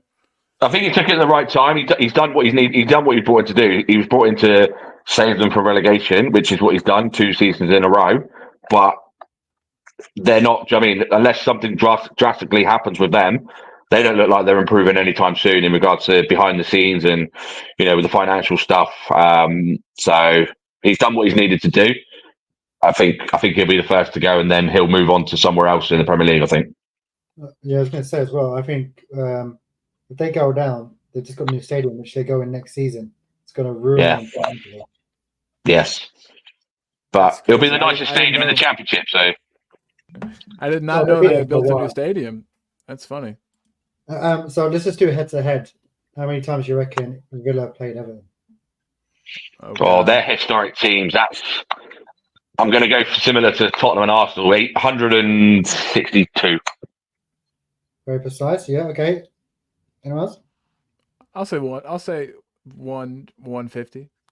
150. I got to do the just a little bit lower than Robbo. Well, look, it didn't work that well last time, did it? So, No, I didn't. AJ. 130. Okay, and Jordan. I'm going to say, despite his my rivalry, this Everton team, I'm going to say 110. 110. 110. Yeah, It's actually yeah. 186. Real neighbors. Yeah. 186. Wow. 186. I didn't realize it'd be that high. So, how many wins for Villa? 59. Okay. I'll go 60. Yeah, Robbo, you got it. I'm getting it now, man. I see the logic. Yeah, AJ. I've got to stop answering first. Yeah. I'll go. What? So we've got 59, 60. I'll go 62. Okay. And Oh. Jordan. How many times do you think Everton have lost to sorry, how many times have Villa won in that fixture? I think 13. 30? Yeah. So Yeah. Ryan G saying 76. It's actually 72. Ooh. Oh. Yeah. All right. So 72 to 62. Home wins 46 to 24. Away 26 to 38. Snap.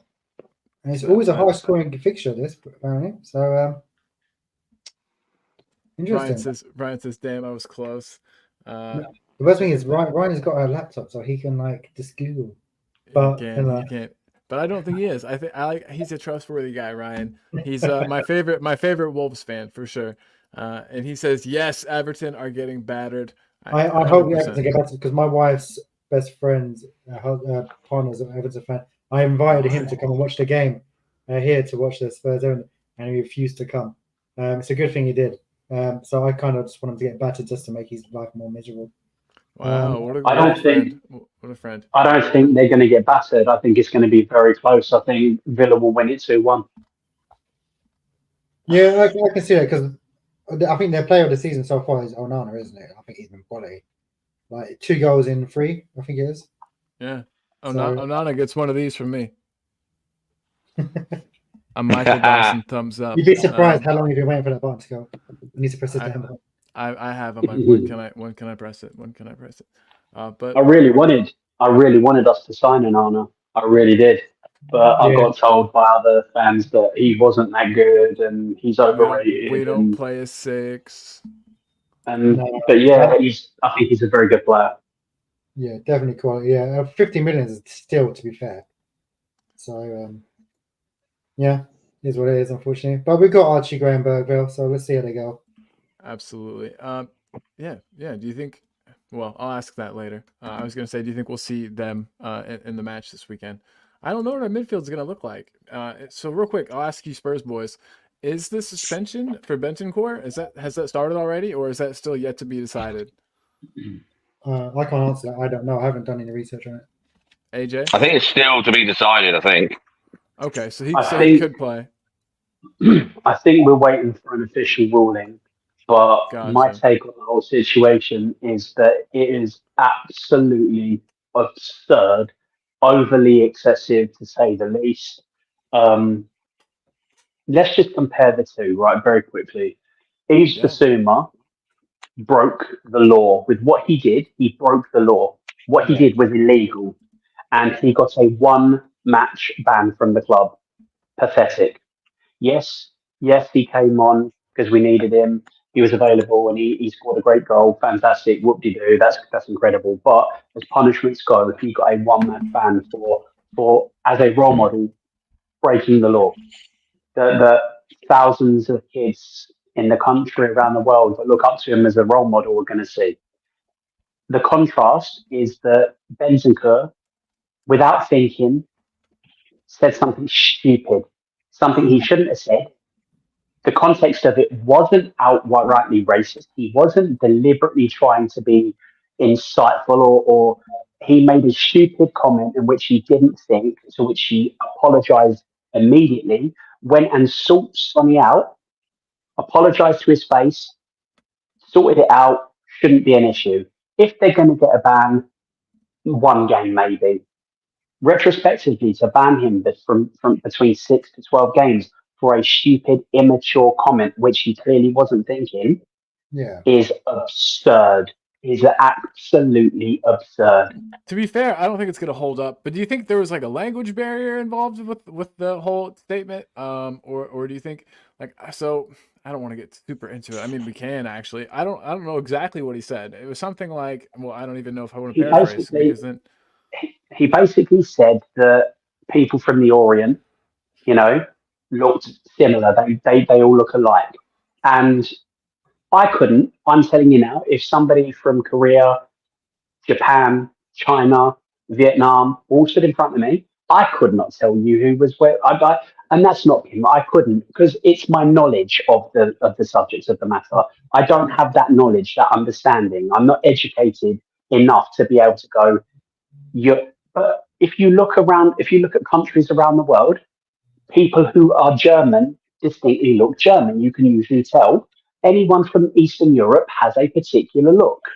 Do you see what I'm saying? It's not racist. It's not a racist thing, especially the way he said it. It was jovial. There was nothing nasty, nothing vile in it. It was a stupid comment, a stupid, immature comment. He should have known better. It was a mistake. No, I agree. And like you got to think as well, Enzo Fernandez pretty much did the same thing and got basically got off, didn't he? Got a slap on the hand. I honestly don't think Absolutely. this ban's gonna go anywhere. I don't think anything's gonna happen with it. I reckon he's going to get something, but I don't think it's going to be like hefty as a 12-game ban. I think we need to deal with it in the house, and I think that's what we've done. But the FA have got involved, but they haven't got involved in the Enzo Fernandez one. So It's interesting. Like I was saying, I don't think it's gonna go anywhere. But I do. Nick from Roundtable Talk here says that his wife, who's Vietnamese, he read her the quote in English, and she said that it wasn't offensive at all. So that's 100%. something. And earlier, Chang, we all know Chang, don't we? yeah, Chang Yeah. said he didn't find it offensive either. But there are virtue signalers. There are people that want to be. I'm offended for you. I'd go away with that rubbish.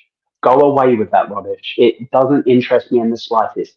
If the person it is directed to or is implicated in what has been said or done is not offended, who are you to be getting offended for them? Go away, sort yourself out.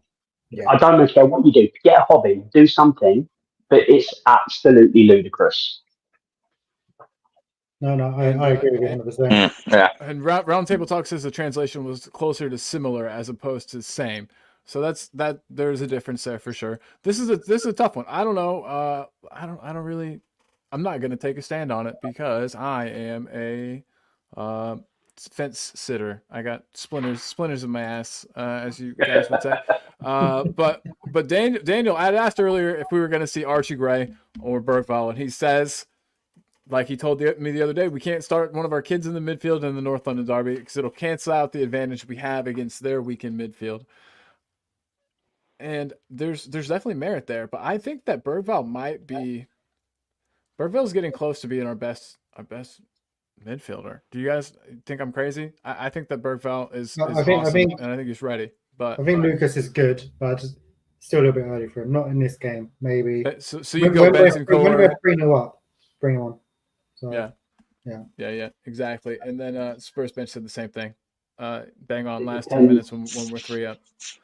It depends on what you're going to do and how you want to set up against them, whether you want to be attacking or you want to hold the centre of the pitch. Because I know that Bassoon is a doubt. I think Bassoon still is a doubt. If he's a doubt, that only leaves Benson Kerr if he's available. If the ban isn't in effect yet, it leaves Benson Kerr and Sarr has not been on it so far. Pre-season and to date, Sarr has not been on it. So I'd rather have a player.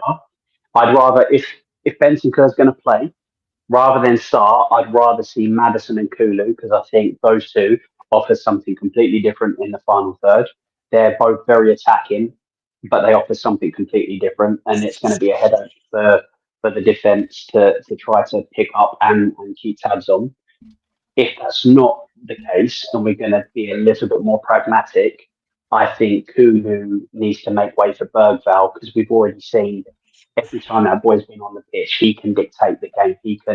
He can run the game, and often from a deep, he starts deep and then drives forward. So, if Benson Kerr's sat beside him and is holding, then he's got that option to drive forwards and join up with Maddison and affect the game. So it totally depends how we want to line up against them. Yeah, no, I agree, 100%. Boom. What's the next subject? I was gonna say we've got a couple more things here. So I was gonna also ask, and everyone will say yes for sure, but is Bournemouth's unbeaten run gonna end when their match with Chelsea? Bournemouth have had a great start. For Bournemouth, So, no offense to them. In my predictions, obviously, like I said, I do the predictions every week. I've gone for this to be a 1-1 draw. I think Bournemouth have been playing really well this season so far. Unlucky to not win against Newcastle. With an absolutely ludicrous handball decision in the last minute. And Chelsea are so hit and miss at the moment. They're all out like. I was 3 weeks ago. They went and beat Wolves 6-2 away, and then they go and draw at home with Crystal Palace. So yeah, for my prediction, I've gone 1-1 for this one. So I think Bournemouth's unbeaten run will carry on. Sweet.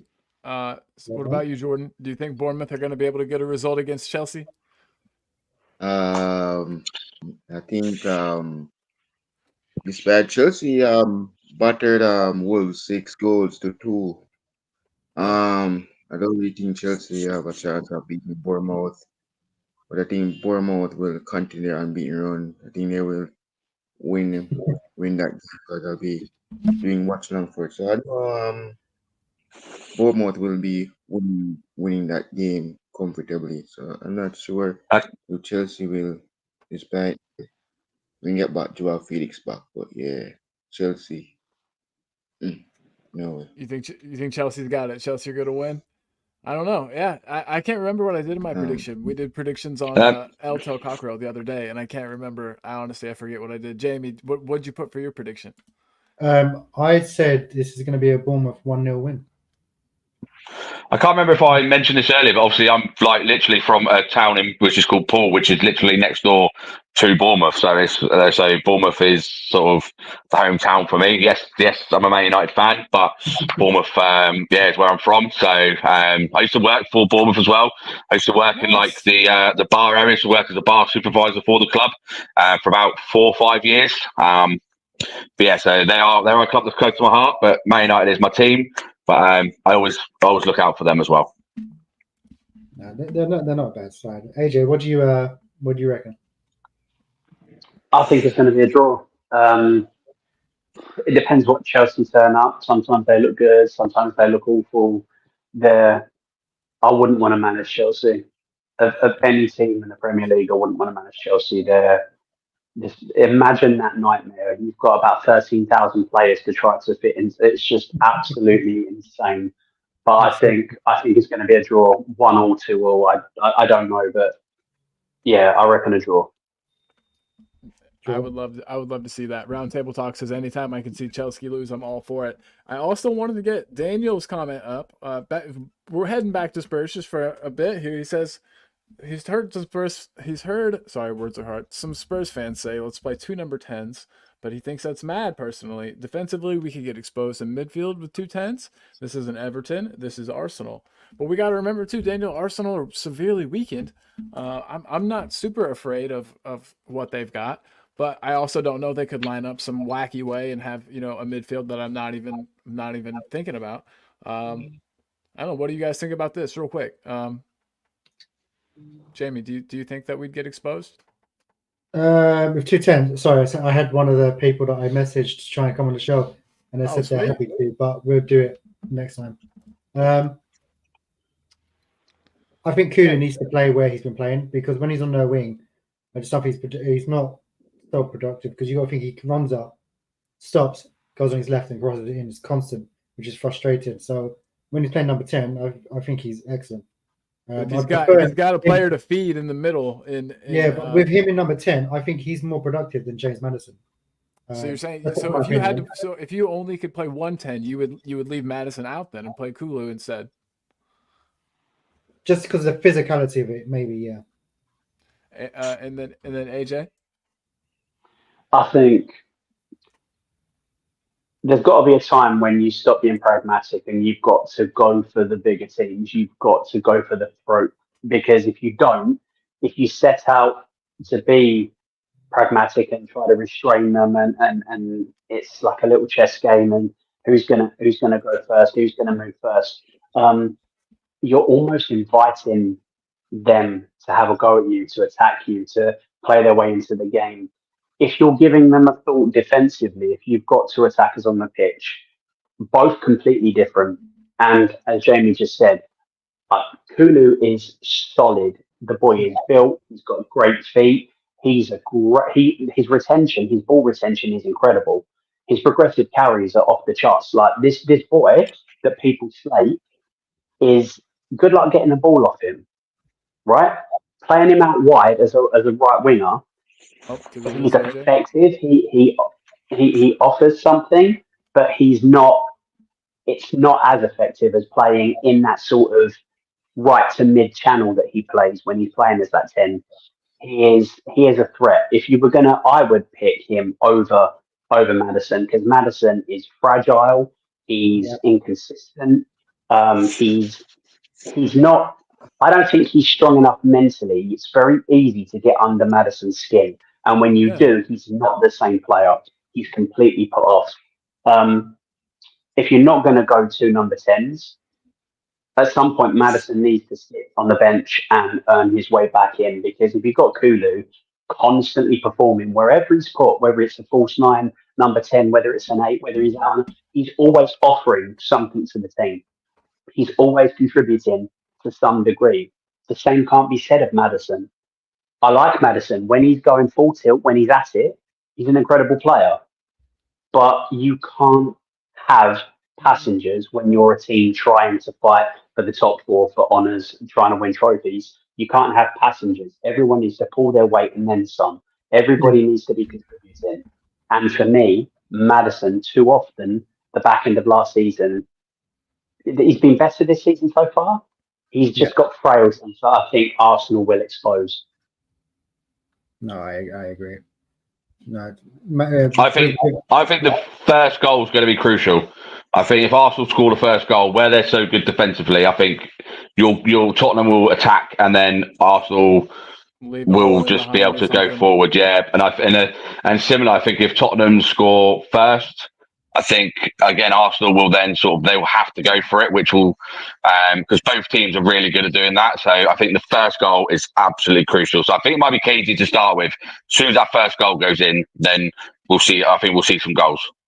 I think it's going to be a 4-3 Spurs win. I think there's going to be a lot of goals in it. So yeah, I'm with you. I was going to say, because I was literally just on Sky Sports, I was trying to find out if Odegaard's out, and Arteta's saying he's refusing to rule him out at the moment. So, He's playing mind games. Playing the mind games.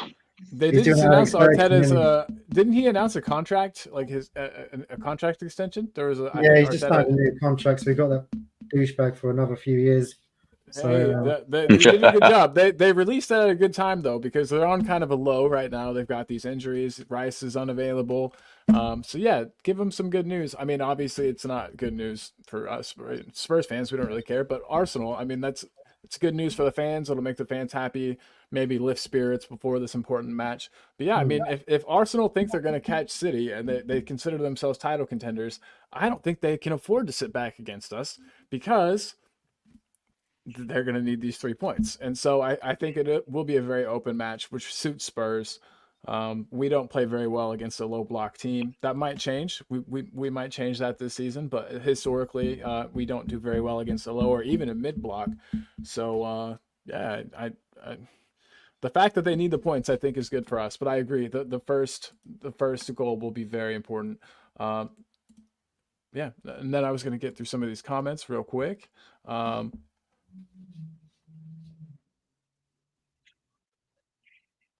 Was it? I can't read. Liverpool, earlier Liverpool were going to batter us. Now we would like to lose to Spurs. Win against Spurs, definitely going to win against next. I don't want to comment on that because it's an Arsenal channel. But I'm back. Sorry, I froze there for a second. Sorry about that. But yeah, so Arsenal fan Ty, what's up, buddy? He says earlier Liverpool are going to batter us. Well, you would win if we lose to Spurs, but if we win against Spurs, we're definitely going to win against you next game. Big up Arsenal fan Ty. Glad you're here, bro. What else we got? Yeah, Daniel said he'd still be worried about number 10s, and I agree. Spurs bench says you're not alone. I think he's feeling the same way then about the 10s. Daniel's still saying that it's risky. It's risky. And Jordan saying, oh, this is playing Arsenal next month. Daniel says, in my eyes, if people want Kulu in the midfield, then Matters has to be dropped for this game. Fair dues. Ryan saying that he's definitely out, referring to Odegaard. Yeah, his ankle seems. It looked quite bad, yeah. Effed. Yeah, I don't know how much I want to curse here, but yeah, he's definitely out, says Ryan. I'm saying, yeah, let him play with an ankle that's got proper swollen, and let's see the ligament damage he'll definitely get. Yeah. Unless he's got that magic spray like they did in Space Jam. He ain't the magic juice or whatever. Yeah, exactly. Yeah. And then they'll sit and play on the break, says Ryan. I don't know. I can't see it, Ryan, but you might be right. And then Nick Roundtable Talks is playing 2-10s might open up more scoring. We already have possession more than just about anyone. I don't think that'll change with Arsenal. And then Destiny 5's in the house. Big up Destiny 5. He says no to guard. I like it. Big up Destiny. But yeah, guys, we've been going for an hour and 45 minutes, and that's actually pretty insane. I was going to say, yeah, so we'll cut it in a second. So, like I said before, if I can't, I've lost it. Yeah. So, can you guys, because obviously the game of the weekend is going to be the Spurs one, but next week it'll be someone else. So, what do you reckon the score will be, and who would be the first goal scorer in the North London Derby? Oh yeah, let me get that up there. So yeah, we're playing a little game, and Jamie, let everybody know what they might win. So this could be for the chat as well. So whoever gets the correct score and the first goal scorer gets this. It's a gold tin of the 2025 match cards. And that'll go out to whoever gets this correct. So we want a score prediction, and then goal scorers. The first goal scorer. Yeah, first goal scorer. So we'll start with Robbo. What do you say, buddy? Right. So I'm sticking to my guns. I know you guys are not happy with it, but I'm sticking with my guns. So Arsenal win 3-1. And I think Saka will score the first goal. Fair. I could see it. That's definitely not unrealistic at all. So don't ever be afraid. We don't get upset at all. That's perfectly realistic. So yeah, we got Robbo's. What about you, AJ? We'll go to AJ and then Jordan. Well, first of all, I disagree entirely with what Robbo said. I'm going to go, like I've been saying this whole week. 2-1 Spurs. Van der Ven to score first, Arsenal to equal it up, and then us to get the winner with none other than Don Solanke. Top Don Slank, love it. Jordan? First Yeah, goal it's down. scorer and the correct score. Solanke will be playing AG, that's the thing. But well, I'll be seeing the lineup also. Yeah. I'm going for a 2-0 win Arsenal. You say 2-0. And Trossard, so yeah. Trossard and Saka, so yeah. Sweet. Trossard first goal. 2-0 to the Arsenal, says Jordan. Cool. And what about the chat? What have we got in the chat? Yeah, let's see. We've got a few here.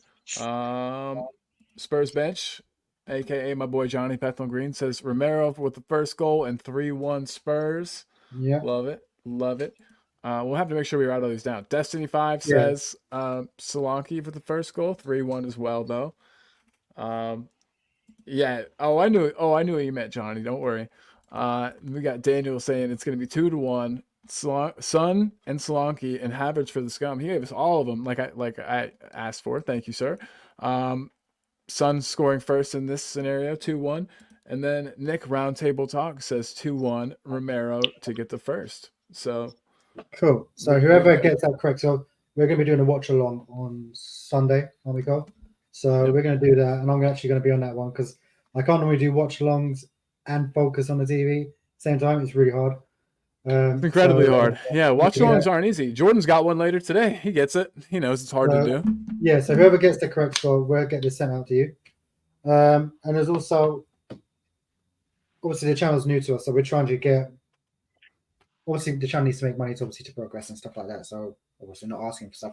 So what we're coming up with some merch, which I'll let Colin do the trailer quickly. It's like let me throw this up. And right now it's basically Spurs stuff, but that's Spurs stuff. But I'm going to get back to drawing board today, so it's going to be Man United, Chelsea, like the teams, just like a weird little logo. So like with the Spurs one, it will say, I'll show the colour first. Here we go.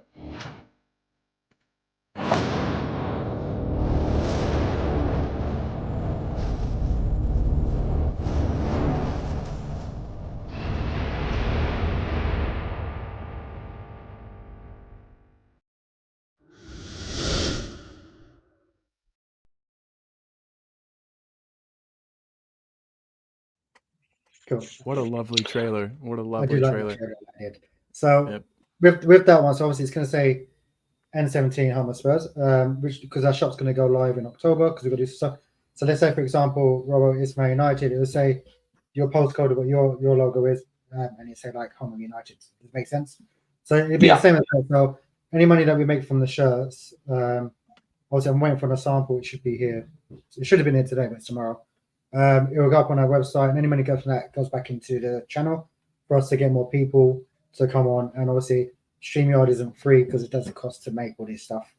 And then, it's just a little project we're doing. And also now we've teamed up with Alloy Collectors as well, where you can get 15% off using our code 2Sides. You mind if I play? You want to mind if I play their thing one more time? Yeah, play the thing, yeah. So obviously these are going to be coming out. So they've got new kits coming out in October 24, 25, the Spurs ones, West Ham, they've got retro shirts, Inter Milan. They're speaking to other Premier League clubs. So it's a very niche market. It's basically like a flat sheet. You get the tools inside, you just got to bend it around to make it. And you can also put the names on the back as well. So we're using them. They're now our channel sponsor. So once we get the samples come in, which should be this week, because they do stateside as well. So they're getting some sent to Colin, and they're going to do some to me. And then they're also going to send us the new home kits for the 24-25.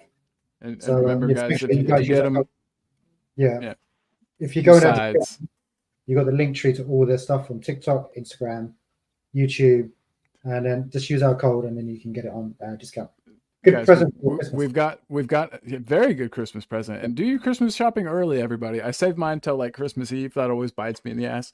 But guys, real quick, in the back, we've got an Arsenal supporter, and I want to get him on for just a second. It's his first time on the channel. Never met him in real life, but I've met him in the chat. What, man? Luca, hey, what's up, buddy? Oh, buddy, you all right? Man. Hey, Luca. Yes. Good to have you, man. Good to have you here. Yeah, So, what are you predicting for the North London Derby, man? I think for me, look, this North London derby is going to be a very difficult game. Of course, we've got a lot of injuries. We've got the likes of Martin Odegaard out, which is a shame. Arteta, I listened to his press conference. He signed a contract. Declan Rice is now suspended, which I personally think it wasn't a red card. But look, for me, it's going to be a difficult game in the North London derby because you guys are going to be playing that high line. It's at White Hart Lane. And I know the last two meetings, of course, we've actually got the victory over Tottenham. But it's a massive game for both teams. It's a London derby. North London derby can go out the window. Both teams haven't lost yet. So I think for me, for Arsenal, we've got to win this game.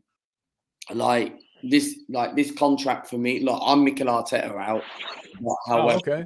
Interesting. Yeah, I didn't know that. If you guys want to look at my channel, that is my channel in the bottom of the logo. So if you want to have a look and watch some of my videos, and you know why. Please do, guys. Yeah, definitely check out his channel for sure.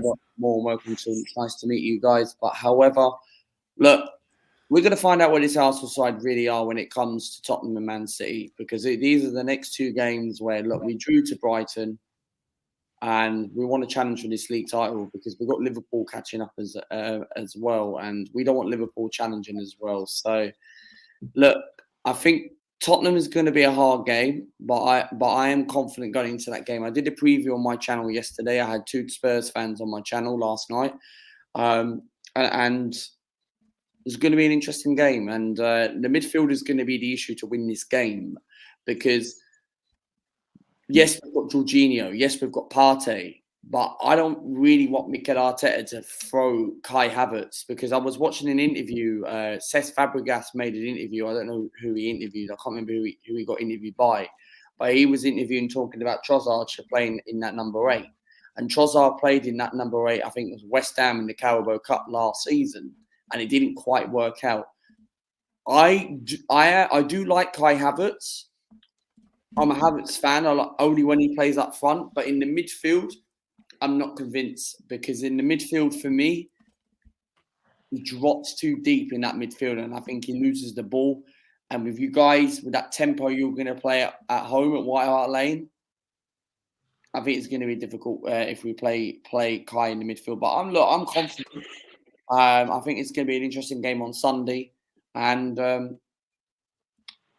we need to win these 2 next games, or maybe get 4 points. Maybe it's a possibility to get 4 points, but go and win the next game. Don't just because if we lose these 2 games, because City go and beat Brentford, then we're 5 points behind Man City. Where we go and beat City next week and beat Spurs, we could be 2 behind. So if we lose both, we're 8 points behind, and we need to start now because this contract has to be something. He's got to win something this season. Because if he wins something, I have my opinion changed on the manager, and he's got to win something this season because that contract for me is a 3-year deal till 2027, technically 2 years because his contract ran out 2025 in June. So this season has to be the season. He's got to win something this season because pressure's going to be on him. The fans are going to start. Well, most fans I saw, our fan base were like, okay, Arteta's got a new deal and they're happy with it. And fair enough, they're happy with it. But I'll tell you my explanation why I'm Mikel Arteta out. Because my expectation is for Arsenal is to win trophies. I want Arsenal to succeed. I think the problem with Arteta is he dumps out the cups. Yes, he might have got us into a title challenge and all that. And yeah, he's probably been the recent all-right manager since Wenger. But when the pressure is on and he doesn't deliver, that's where I start to turn on the manager. That's where I start to feel, look, he's a good manager, but isn't the manager to win the league. Yes, he was able to compete with Pep, Klopp for the last 2 years. But he can't get it over the line like those 2 managers did. And those 2 managers are the best managers on the planet. So, yeah, man. I was going to say, because a lot of Arsenal fans I've spoken to, they reckon he's like the second best Premier League manager ever. which I think they're deluded. Most of them are. I don't think so. I don't think so. I think for me, Klopp's better than Mikel Arteta because Klopp is definitely better than Mikel Arteta. It took Liverpool 4 years to win a league title, yeah, in a Mm. pandemic season, in a COVID season, and then 30. Arsenal were copying Liverpool and tried to challenge for the league, and it took them 4 years, but Arsenal didn't get it over the line. No, exactly. So 99% Arsenal were very close, or 90% close Arsenal were last season. Man City always turn their second gear. We know what Pep doesn't fail. I've seen Guardiola when he's at Barcelona. I've been to the Emirates. I've seen him live at Barcelona and Manchester City. And Pep's the best manager on the planet, and no one could take that away from him. So wherever he goes and manages, he always delivers. And that's why I just feel Arteta, for me, just doesn't have that final third, that cutting edge. He's a good manager, don't get me wrong, but he can't get it over the line. And this is why I want him to prove to me that he's got to win something. And that's why I Mikel Arteta out.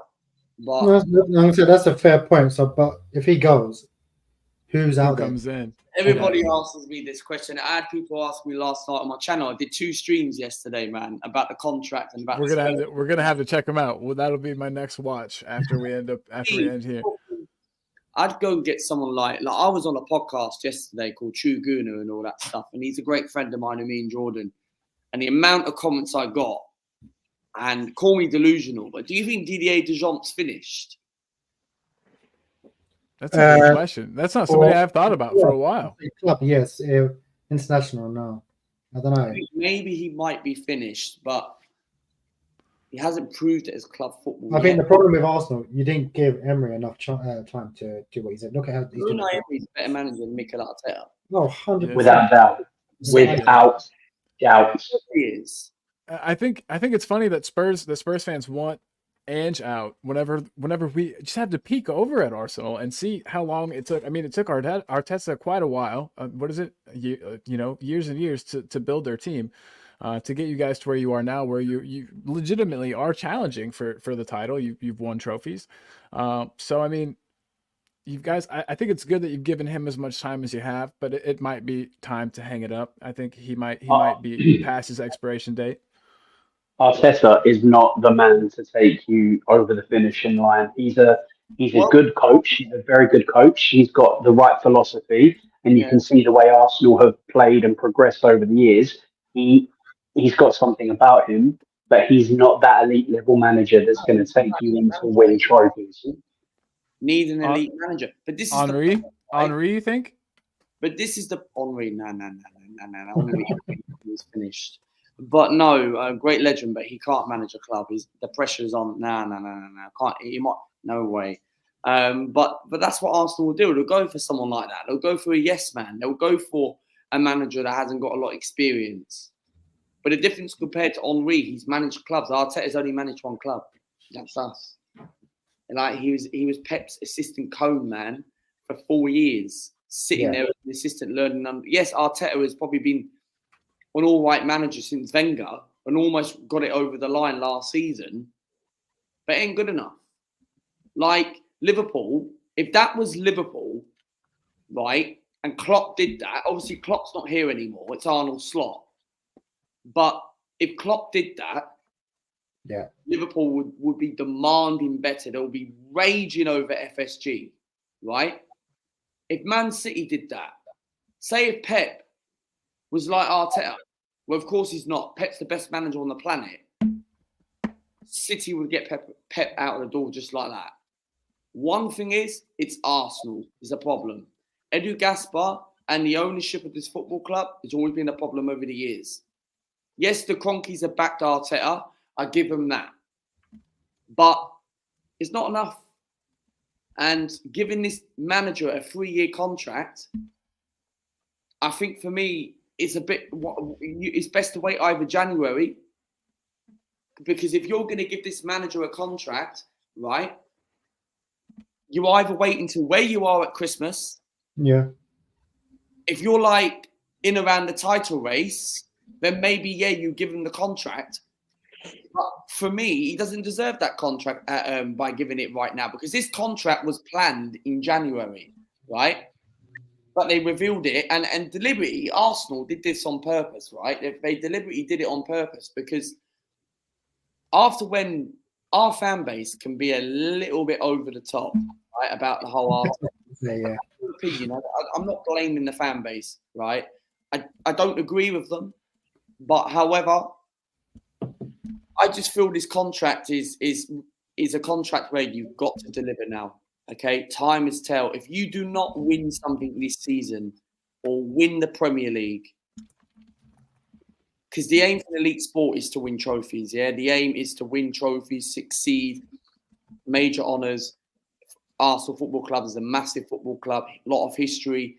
We're a massive club, third biggest club. We demand better, and I demand better as well, because I want us to win the league title. I want us to win the Champions League, and the trouble is, let's see what happens. Let's buckle the ride. Let's enjoy. He signed a contract. Yeah. I wasn't happy with it, but I woke up today and I feel, you know what? Let's just see what happens.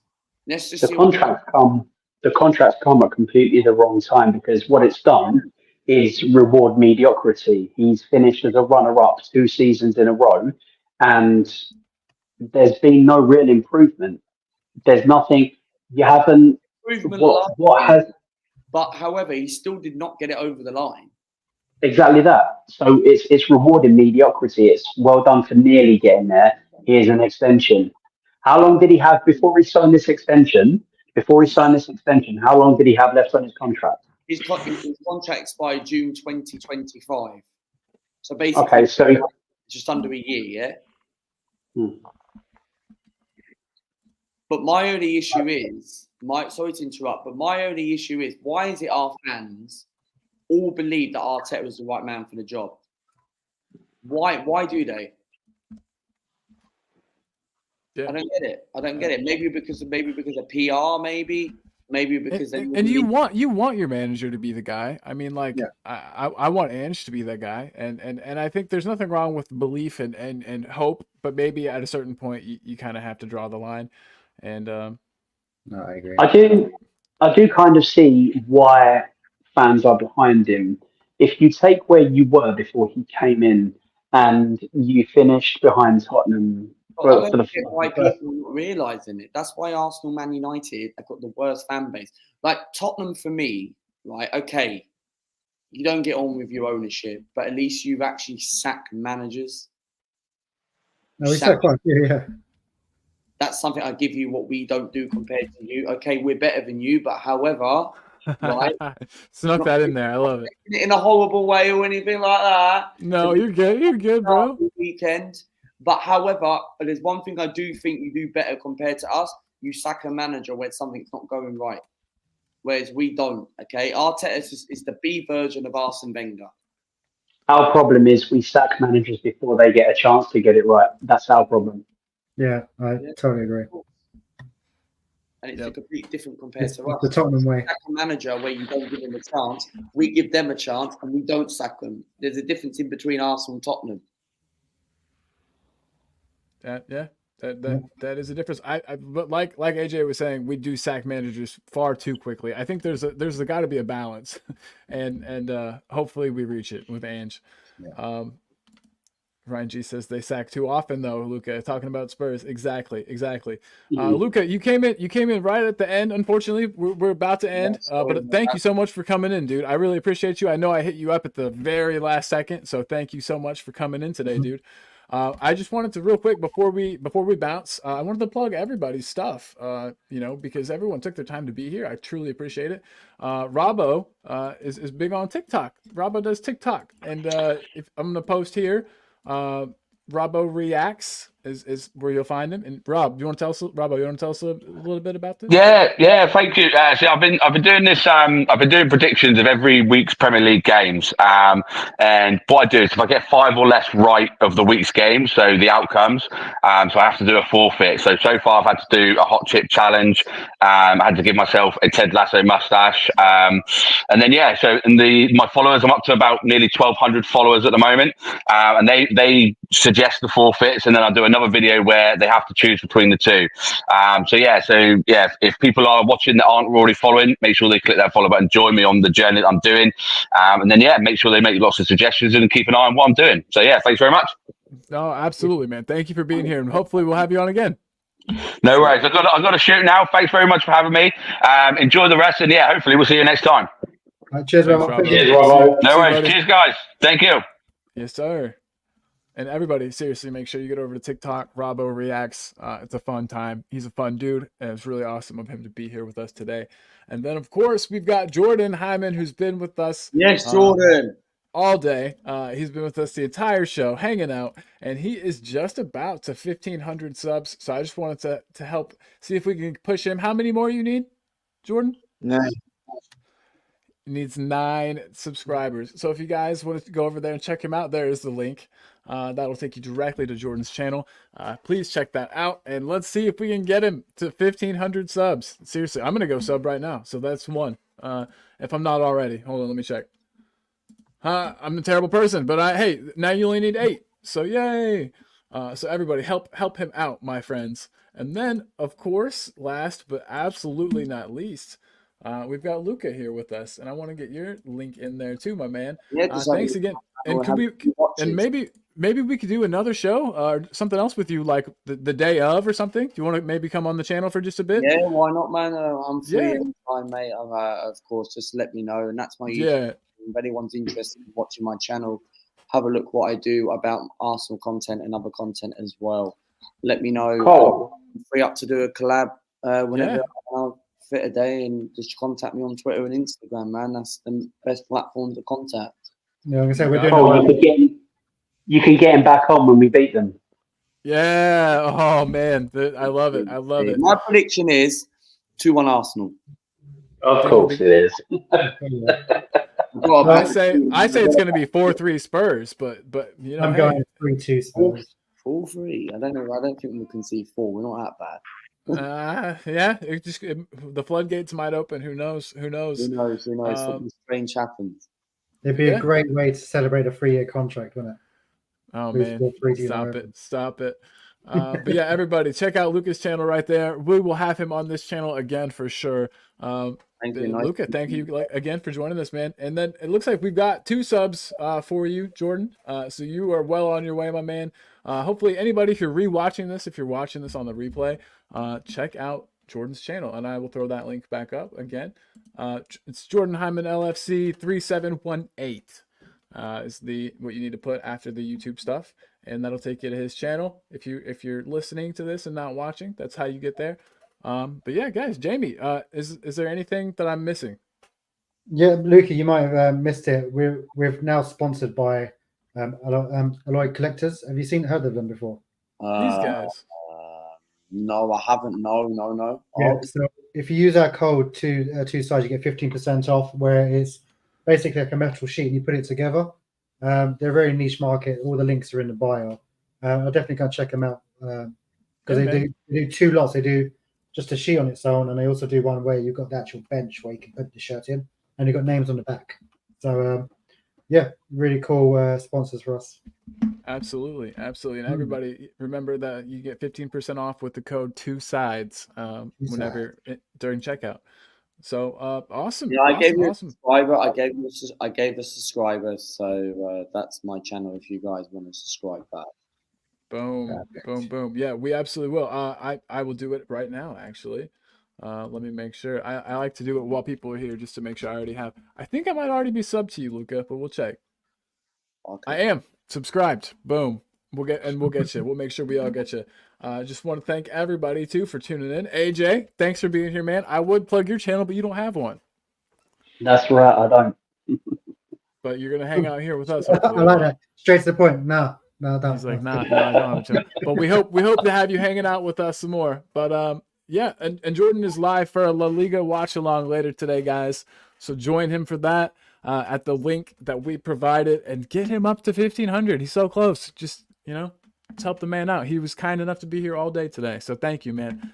And yeah, we truly do. Jamie, I feel like I'm definitely forgetting something, but I don't know what. It's the first one of these we've done, so I'm kind of like, no, I think we're good. We've done the sponsors, we've done the new merch that's coming out. So and we've Yeah. had advanced prediction. So yeah, it's all good. On to the next one. We're going live on. We might do the watch along for the Chelsea game tomorrow. Yeah, I think that is the plan. If not, we will be live for the North London derby watch along. Yeah, we'll probably go early, do some pre-match stuff for that. So if you guys just want to make sure you've clicked subscribe and then you click the little bell icon, then you'll know for sure when we're going live.